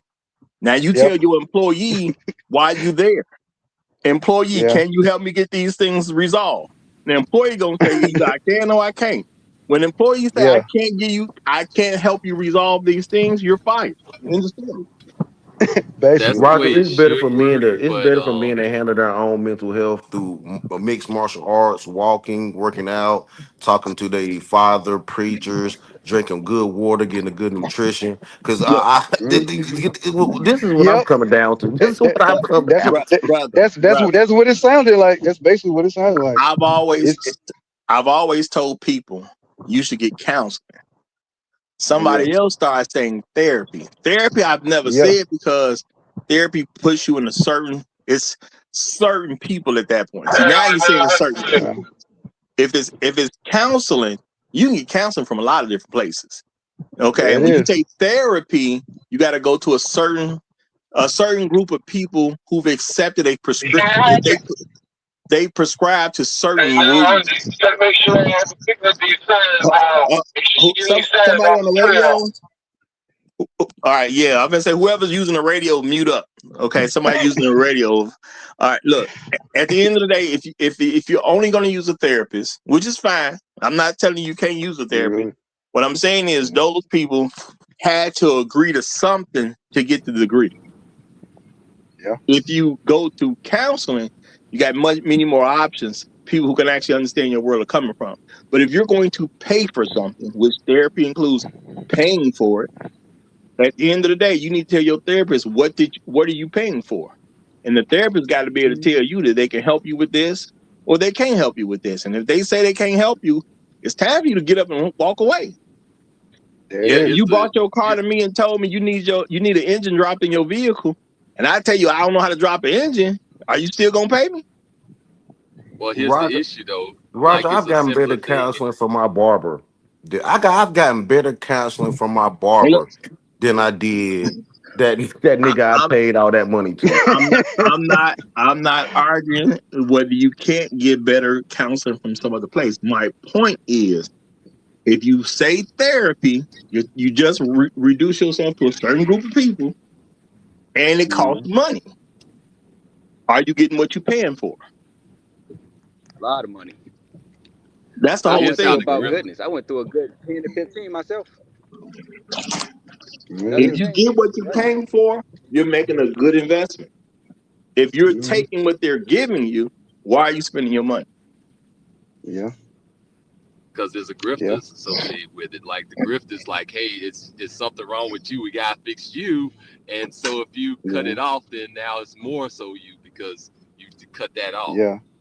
Yeah, I would say Yeah. also stay away from Christian therapists as well. You know, I went through about a good at least 10 different marriage therapists with my ex-wife. Now Mostly you religious. can't just sit here and say stay away from Christian therapy on my platform. You know what I'm saying? We ain't gonna Yo, do that. that was wild. That was Hey, wild. the thing is, most of y'all don't know what a Christian is. The average person has no idea what an actual Christian is, and Well, that's why y'all use what we that know term them to so be. loosely. Yeah, yeah. I know Because that's a very loosely used term. a Christian, I'm trying to describe the majority of what I see here, no, in this I nation. I get what you're saying, but Yeah. I am gonna say a Christian is supposed to be a follower of Christ. Right. Yep. Y'all throw anything on y'all put Christian on anybody. Nigga literally worship the devil, so y'all call him a Christian. I've seen it. I've Yeah. seen it, yo. I have seen it. I And mean, that's what therapy is. Like, because I mean, therapy, like, I'm glad he brought that up. Therapy has indoctrinated Christianity over all religions. That's why you have these lipstick pastors, these women that come off the pole and become pastors, or whatever, because the therapy that told them that was, it's, I'm telling you, it's affirmation for bad behavior, and yeah. it's demonizing of the man and affirmation of the woman. It creates these divine minded women and these emasculated men. That's why I even agree with him on the Christian, or hold on. Christian and Yeah. name only therapy. Yeah. Now I get what you're saying now, and I Yeah. will say most time people talking about Christians, they ain't talking about no Christians. Right. you Yeah. you Yeah. can't Yeah. find no Mm-mm. lick of Yeah. them following Christ. Yep. Y'all just call Because them that. when I would bring up certain All, scriptures, like, okay, the husband is the head of the wife, like Christ is the head of the church. Where's that at? Where about Timothy, where it talks about a woman is supposed to learn in quietness and full submission? Like, when you bring up those scriptures, I was like, how you trying to give me Bible, but then ignoring some of the fundamental yeah. aspects of what a Christian household should look like to begin with? All, So that's a joke. All right, you know, Roger, now I'm gonna go back on my counselor then. He's a former, my old counselor was a former truck driver trying to be a pastor, trying to tell me how to have a happy marriage. I just say Yeah, that. it's the Like, I don't know. I'm gonna But say then turn around and have identify a baby themselves. by the secretary at school, at the kids' school. yeah. But Man, you're I'm trying to gonna say tell me how to have a happy marriage. the I'm gonna pastor say that baptized me had you, like uh, three well wives, hold man. fast because I'm finna close this down. We are past the 3 hour mark. I'm gonna All say right, y'all, man. like I've Damn. always encouraged in the beginning, go to counseling. Somebody Yeah. got big and he said therapy. Then everybody started saying Wow. therapy. I get it and I understand why people do that, but I also understand All, if you only deal with therapists, you're dealing with a certain group of people that had to agree to this particular thing in order to get the degree. So I'm not gonna say therapy is bad. I'm just saying you've already submitted yourself to the opinion of a certain group of people that had to agree to certain things to get the degree. And you can't avoid that when you say therapist, because therapist is a licensed position. Let me drop Okay. this before y'all leave, okay? You're talking about y'all need therapy. I'm gonna tell you exactly what some of y'all need. Y'all need 10 Lord have grams of mercy. y'all need 10 grams of crack and some pink booty. And fuck that booty until the sun burn out and you'll be alright. No, don't go sit on no couch for no beer. Alright? You'll be good. okay. Yeah. And I'm gonna tell you, as black men, it's your money. Now, I ain't never really sat up here and told black men how to spend their money. Y'all done asked me almost the worst question amongst black men. What do you think tricking is okay? And what if I say it's your money? I mean, what you want me to tell you about your money? At the end of the day, if you're paying for something and you're not getting what you paid for, I can't blame the person who took your money because you gave it to them. Mhm. They showed you they not finna give you what you asked for, and you kept paying. That don't make sense to me. And I cannot blame you if you go in McDonald's and you ask for ice cream and they keep giving you cheeseburgers and you keep paying for the ice cream, but all you get is cheeseburgers. I can't blame them that you got 12 cheeseburgers. That don't make no sense. I could blame them for the first cheeseburger. You know what I'm saying? If I really want to be silly, I can even say the second cheeseburger was a mistake.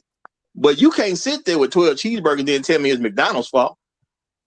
No, you took 12 cheeseburgers, even though you asked for 12 ice cream. That don't make no sense to me at all. So I'm going to blame you for what you do. It's that simple at the end of the day. Now, again, blame is different than responsibility. Now, it could be somebody else's fault, but you have a responsibility to yourself to fix the problem. So if you pay somebody who can't help you with things that you want to get help with, you need to talk to somebody else who can. And I'm going to leave it at that because we got to get on up out of here, y'all. Y'all have a good rest of y'all day. It's been a wonderful show. If you're new to this channel and you want access to the best show on social media, then you come here at 9 a.m. Monday through Fridays, y'all. 9 a.m. Monday through Friday to the Roger Report Live. I will see y'all next time around. Long live the habitual line steppers. I'm Roger. I'm right. And I'm out. Yeah.